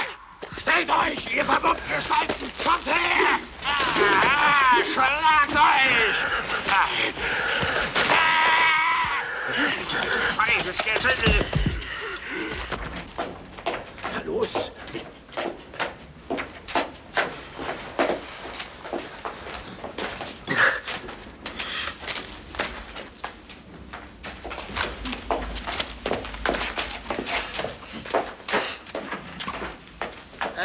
sie an, unser teuerster Feind, der edle Romata. Was meint ihr, was wir mit euch machen sollen? Euretwegen ist uns der Prinz entkommen. Aufhängen! Wir müssen ihn sofort aufhängen. Was meint ihr aber? Eigentlich ist es mir egal. Aber im Allgemeinen hängt man nur Gesindel auf. Er ist trotz allem ein Spross aus altem Geschlecht und darüber hinaus ein bedeutender irokanischer Spion. Stimmt doch, ein irokanischer. Oh, und darüber hinaus auch noch ein suanischer. Den würde ich nicht aufhängen. Daneben verbrennen. Seid ihr einverstanden? Ja, gut. Wache! Auf den Scheiterhaufen mit ihm! Was soll das doch nicht mich? Romata sollt ihr wegbringen. Was macht ihr denn? Verrat! Ihr habt mich reingelegt! Was werden euch meine grauen Soldaten heimzahlen? Mit euch würde ich nicht so leicht fertig. Oder täusche ich mich? Romata von Estorien, aus dem Geschlecht derer von Estorien, aufgewachsen auf dem Schloss seines Vaters, verlässt mit 22 Jahren Estorien. Warum habt ihr euer Land verlassen? Umstände haben mich gezwungen, meine Heimat zu verlassen. Was für Umstände waren das? Ich habe im Duell ein Mitglied des Königshauses getötet. Aha, und wen? Den jungen Fürst Ekin. Was war denn die Ursache des Duells? Eine Frau. Und diese Frau, wie hieß sie? Dorana. Ich hatte nicht erwartet, dass ihr darauf antwortet. Ich danke euch, Romata von Estorien. Bitte schön, wenn euch das weiterhilft. Vielleicht aber auch nicht, Romata. Vielleicht nicht mal aus Estorien. Wisst ihr, wer dies einmal war? Ich bin sicher, ihr werdet es mir sagen. Ihr seid nicht Romata von Estorien. Meine Kundschafter haben seinen Sarg geöffnet. Und dies ist alles, was von seinem nicht gerade sauberen Leben übrig geblieben ist. Deshalb frage ich euch, wer seid ihr? Man nennt mich Romata von Estorien. Ich bin nicht gewohnt, dass man daran zweifelt. Und wenn ihr nicht auf der Stelle Anweisung gebt, dass eure Mönche hinter den Vorhängen verschwinden, dann wird euch etwas Schlimmes zustoßen. Ihr wisst nicht, mit wem ihr es zu tun habt. Seht ihr, ich kann euch zertreten wie einen Blutegel. Diese steigbaren Kinder Gottes bestrafen jeden Unglauben. Sie unterstehen meinem Befehl. Sie haben die Zeichen erkannt, die Gott mir gesandt hat. Im Namen des Herrn!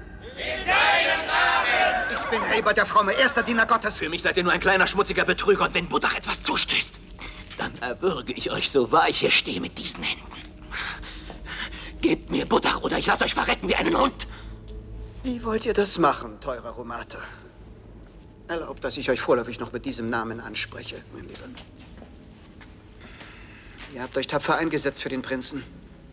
Aber ihr habt keinen meiner Leute getötet. Und ihr selbst wurdet nicht mal verwundet. Seltsam. Äußerst seltsam. Ich bin froh, dass wir uns ausgesprochen haben. Jeder von uns verfolgt ja ein Ziel. Warum arbeiten wir beide nicht einfach zusammen? Schulter an Schulter. Ihr wollt mir Angst einjagen. Und so habe ich eben Angst. Vielleicht seid ihr der Sohn Alzars des Finsteren, der aus den lichtlosen Abgründen aufgestiegen ist. Vielleicht kommt ihr aus fernen, übermächtigen Ländern. Man sagt, es gibt sie. Oh, mir dreht sich der Kopf und ich fühle, dass ich in Ketzerei verfalle. Ich fange an, verbotene Dinge zu denken.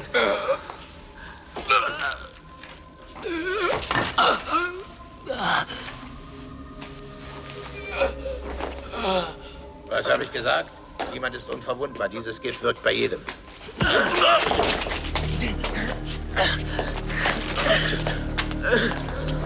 Wachen, bringt sein Leichnam zurück.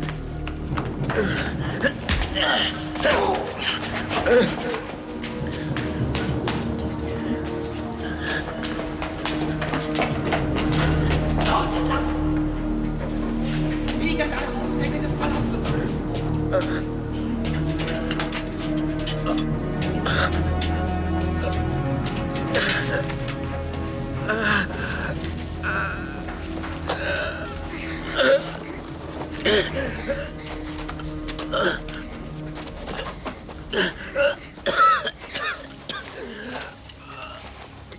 Greif in meinen Stiefel. Da ist eine Arznei. Reiß es auf. Haltet doch still!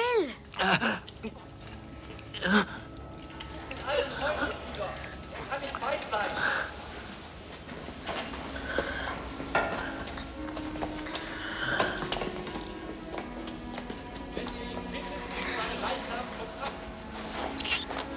Romata! Romata! Schlaft nicht ein, sonst werdet ihr nie wieder aufwachen. Ihr habt mir doch von dem Licht im Dunkeln erzählt, das nicht verlöschen darf. Könnt ihr mich hören? Ja, ich höre dich. Hilf mir.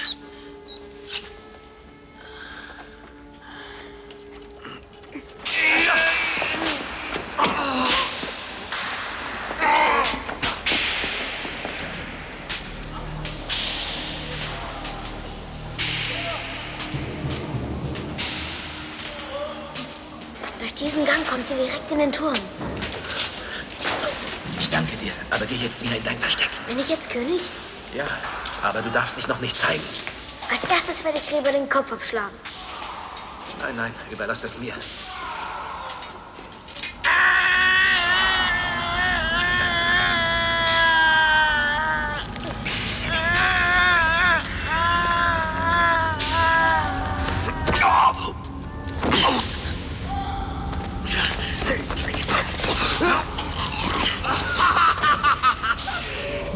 Mein edler Freund, wie schön, dass ich dich endlich gefunden habe. Man hat mir gesagt, du seist verhaftet. Jetzt räumen wir hier auf.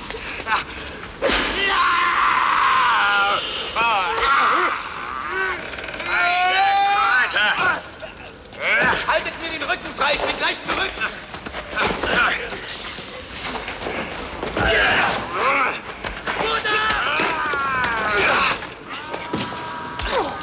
Buddha! Wo ist Buddha? Holt uns hier raus. Buddha, könnt ihr mich hören?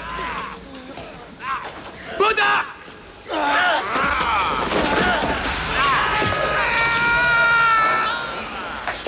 Seid ihr Buddha? Endlich habe ich euch gefunden. Ich bin Romata von Estorien. Ihr habt nichts von mir zu befürchten. Ich hole euch heraus.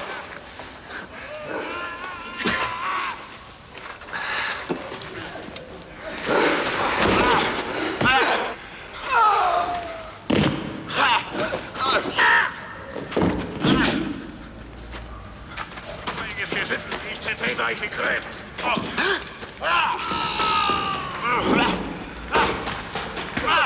Vorsicht, Baron!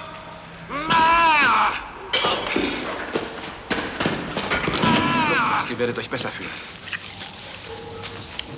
Seid unbesorgt. Nicht lang fackeln. Beeilt euch, wir müssen hier raus.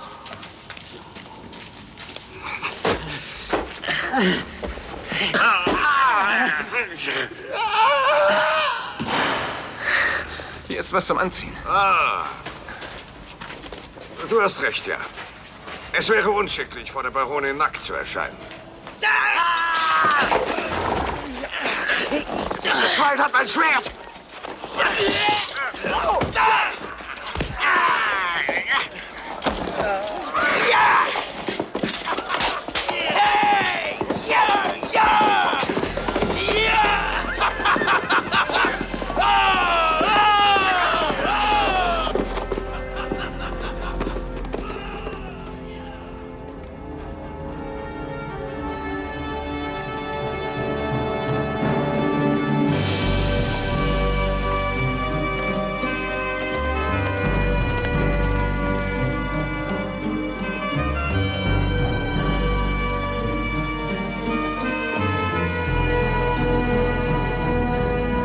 Soll ich dich nicht weiter begleiten zur Sicherheit?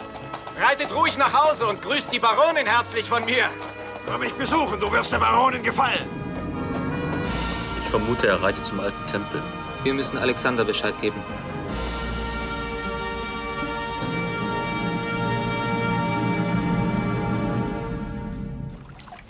Was haltet ihr als gelehrter Mann von den schrecklichen Ereignissen in Arkana?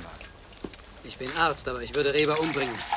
Wenn ihr die Möglichkeit hättet, die Welt zu verbessern, was würdet ihr ändern?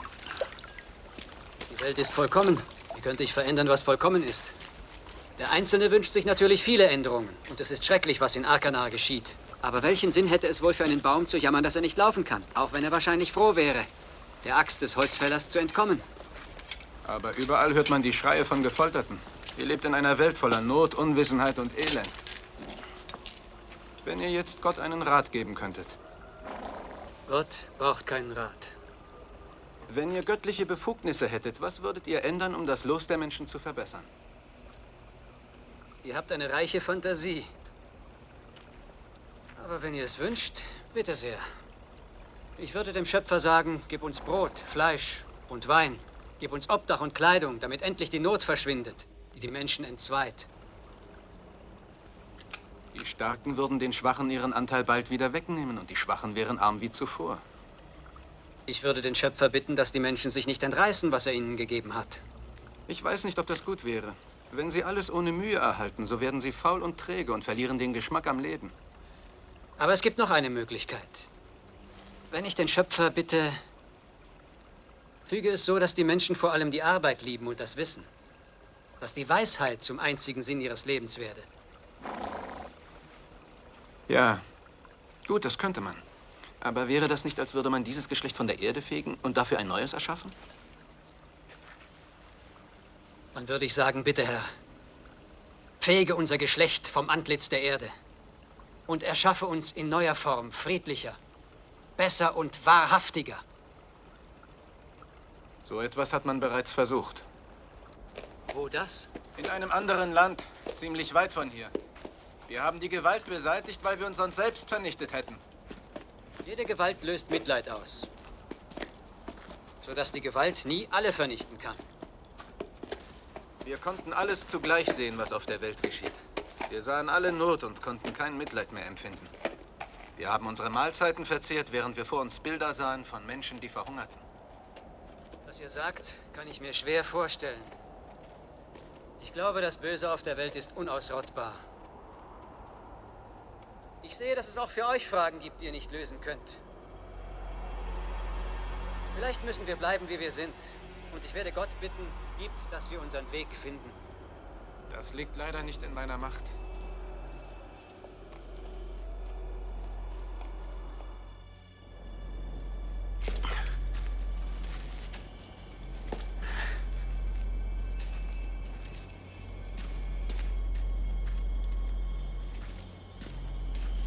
Wartet hier auf mich.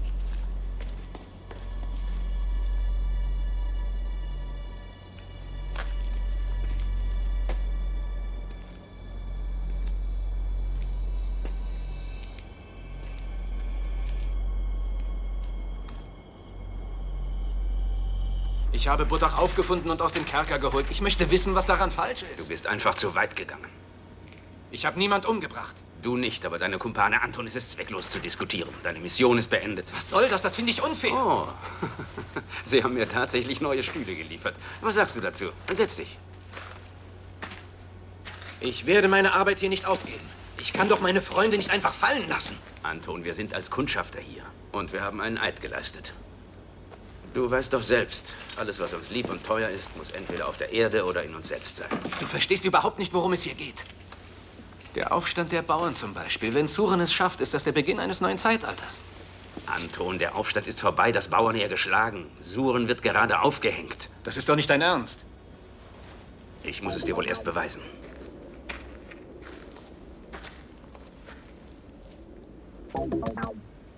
Jetzt funktioniert das schon wieder nicht.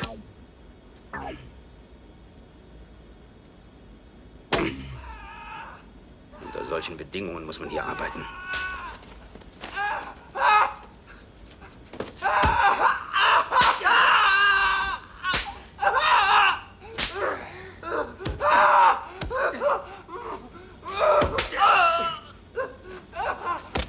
Wir können nicht einfach zusehen, wie sie ihn abschlachten.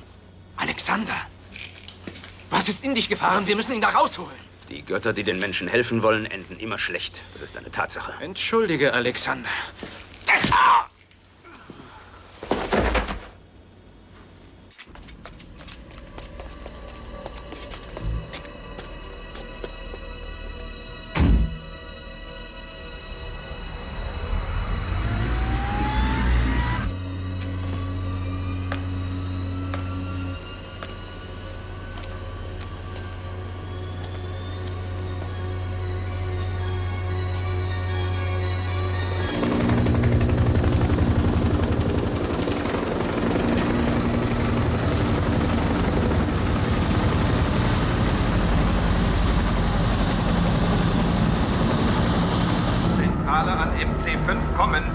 Zentrale an MC5 kommen. MC5 melden Sie sich dringend. A43, treten Sie sofort mit uns in Verbindung.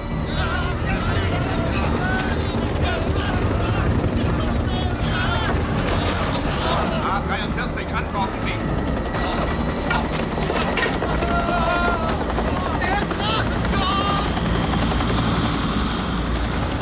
MC5, kehren Sie sofort um. Antworten Sie. A43, können Sie mich hören? Sie müssen mit uns in Verbindung treten. Anton, antworte doch wenigstens. Wir machen uns große Sorgen um...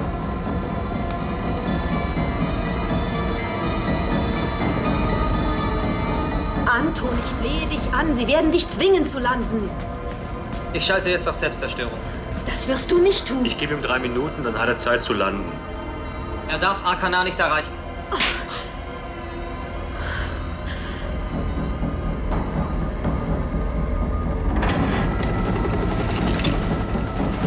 Verlassen Sie sofort den Hubschrauber.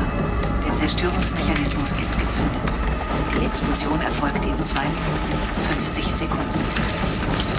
Achtung, der Zerstörungsmechanismus ist gezündet. Die Explosion erfolgt in 2 Minuten 40 Sekunden. Achtung, der Zerstörungsmechanismus ist gezündet. Die Explosion erfolgt in 2 Minuten. Wir gehen über Ausweichkanal. Der Zerstörungsmechanismus ist gezündet. Die Explosion...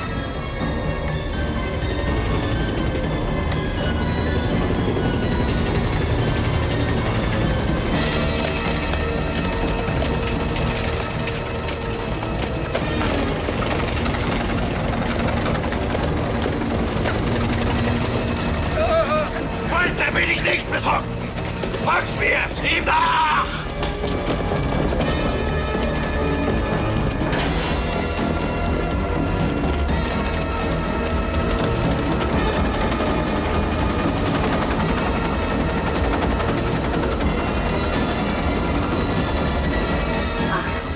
Der Zerstörungsmechanismus ist gezündet. Die Explosion erfolgt in 1 Minute 50 Sekunden. Achtung!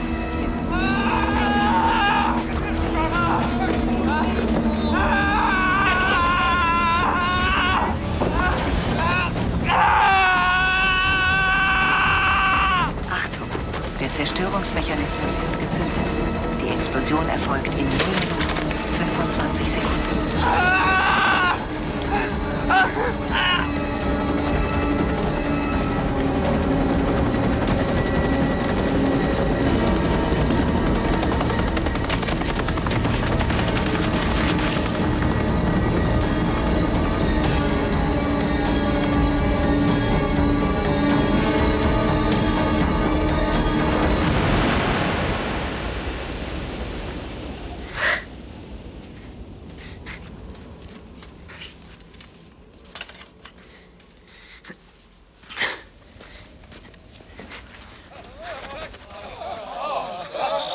So ist es also wahr.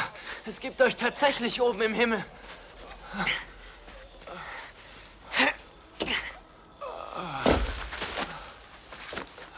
Ich bin kein Gott zu.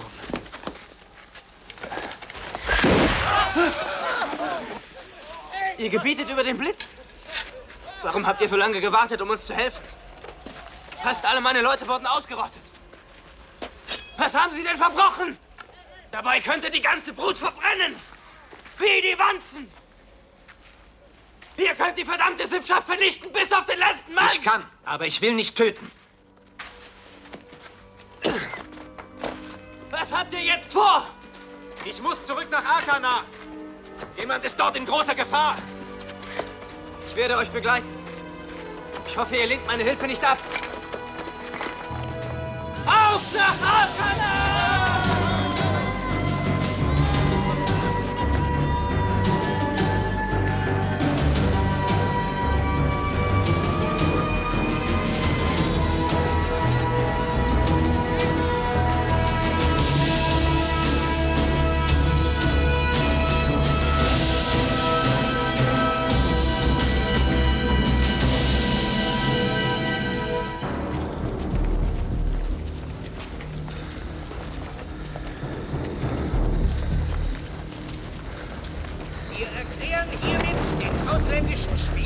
Mörder des Königs und Feind des Reiches Arkana, Tromata von Estorien, für seiner Ehre verlustig. Sein Leib möge künftig unbehütet sein. Seine Seele auf immer und ewig verdammt. Seine Güter fallen an die Diener der göttlichen Gerechtigkeit. Im Namen des Herrn! In seinem Namen! Im Namen des Herrn! In seinem Namen! Im Namen des Herrn! In seinem Namen! Im Namen des Herrn! In seinem Namen! Im Namen des Herrn! In seinem Namen! Holt sie lebend heraus! Ich muss sie verhören!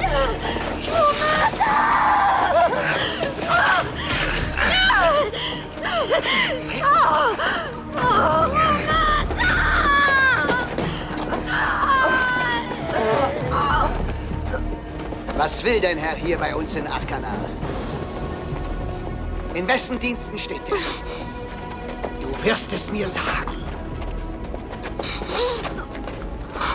Wo hält er sich versteckt? Du hast dich mit deinem Leib versündigt. Dein Leib wird es büßen, wenn du nicht redest. Auf die Maschine Gottes!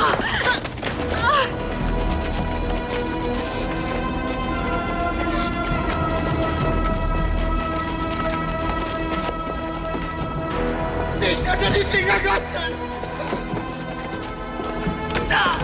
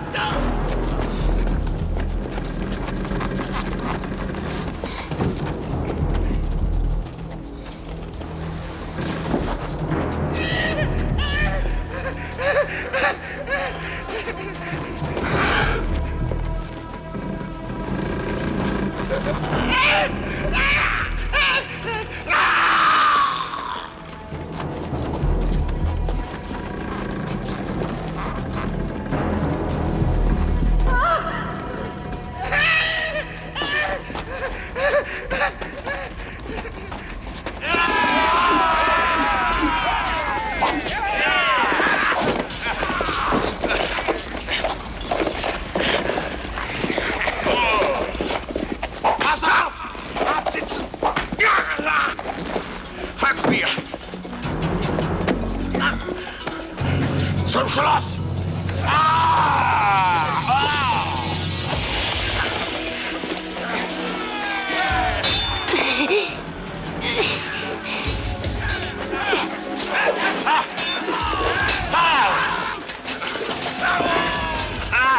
Du beten sollst du nicht kämpfen! In den Staub, schwarzer Fettfratz! Warum soll man achten?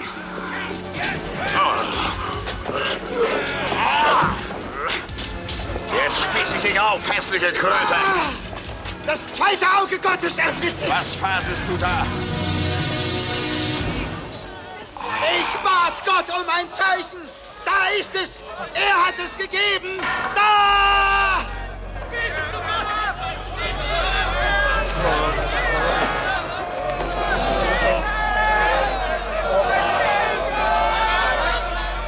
Er hat seinen Diener erhört! Betet! Betet zu Gott, um zu danken! Er hat mich erhört! Dank dem Herrn für seine Gnade!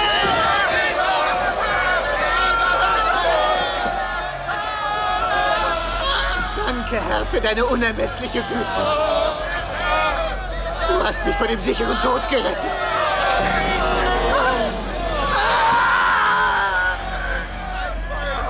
Ich finde, wir sollten uns zu erkennen geben. Vielleicht können wir Ihre Zukunft erleichtern. Wir müssen vor Sie hintreten.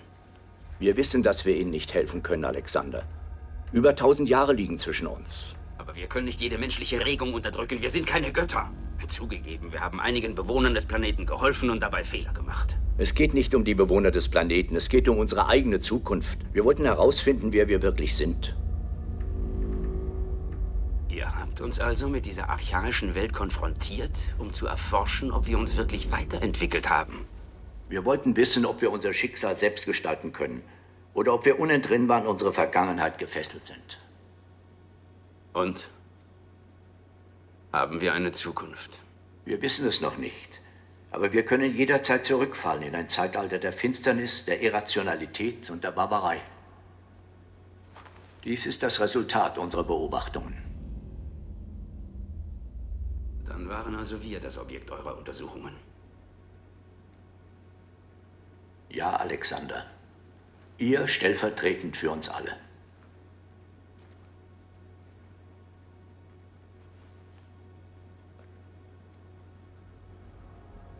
Der Herr hat uns verziehen! Gott kommt zu meinem Sohn! Gott hat sein zweites Auge aufgetan, zum Zeichen, dass er sein Volk liebt!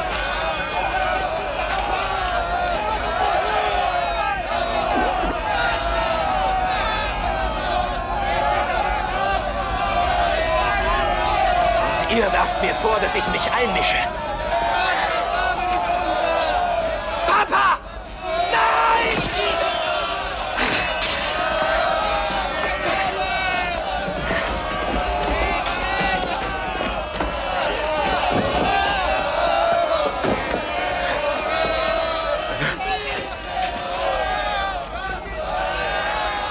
Ich weiß, was ich dir schuldig bin. Leb wohl, mein Freund. Romata! Er ist da oben! Romata! Tötet ihn! Gott hat den Feind in eure Hand gegeben! Er steht mitten unter euch! Erschlagt ihn! Er kann euch nichts anhaben! Er darf nicht töten! Platzt doch, oder ich schlag euch in Stücke! Er darf nicht töten! Er hat keine außergewöhnlichen Kräfte! Täuscht euch nicht! Ich werde euch jetzt töten! Eden! Keine Lanze! Kein Pfeil reicht so weit! Nur eure Zunge! Ihr werdet sterben! Gott ist auf meiner Seite! Herr, hilf mir, meine Feinde zu vernichten! Ich habe alles für dich getan! Ich habe dein Land von Unrat gereinigt! Ich habe die Sünder bestraft, die deine Ordnung stören! Herr, lass mich mein Werk vollenden! Ich bin dein erster Diener!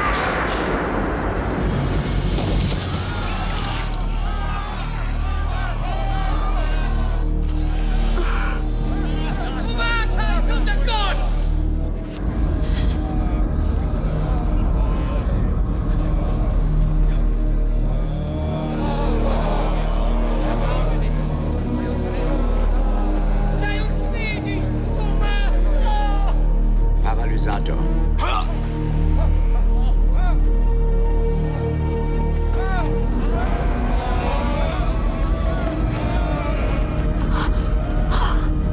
Es ist zu der Rebellen! Erschlagt ihn! Lasst ihn kommen!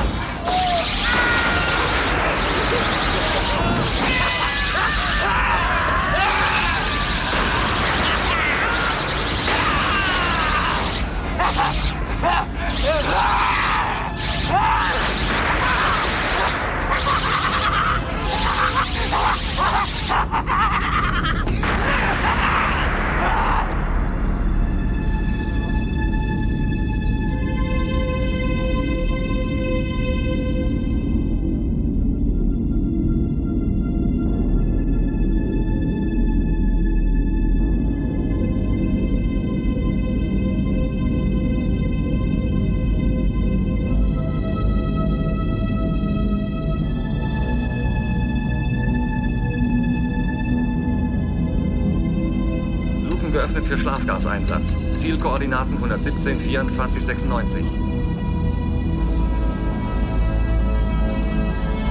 Da seid ihr ja endlich! Ihr hättet uns schon früher helfen können!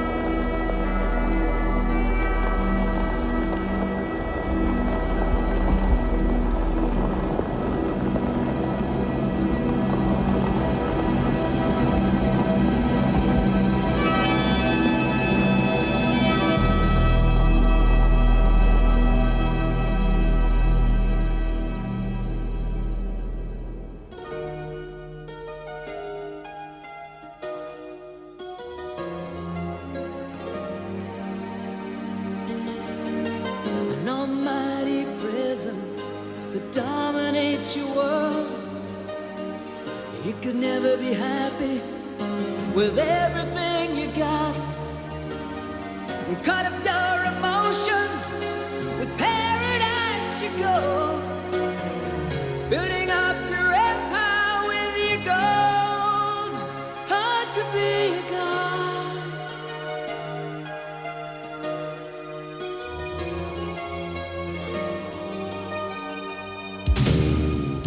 You fall into a circle that never lets you go.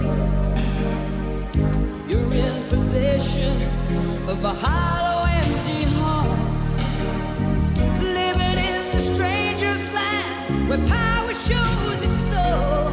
And now you're looking for a way, for all the words to say, to prove that's what you're not.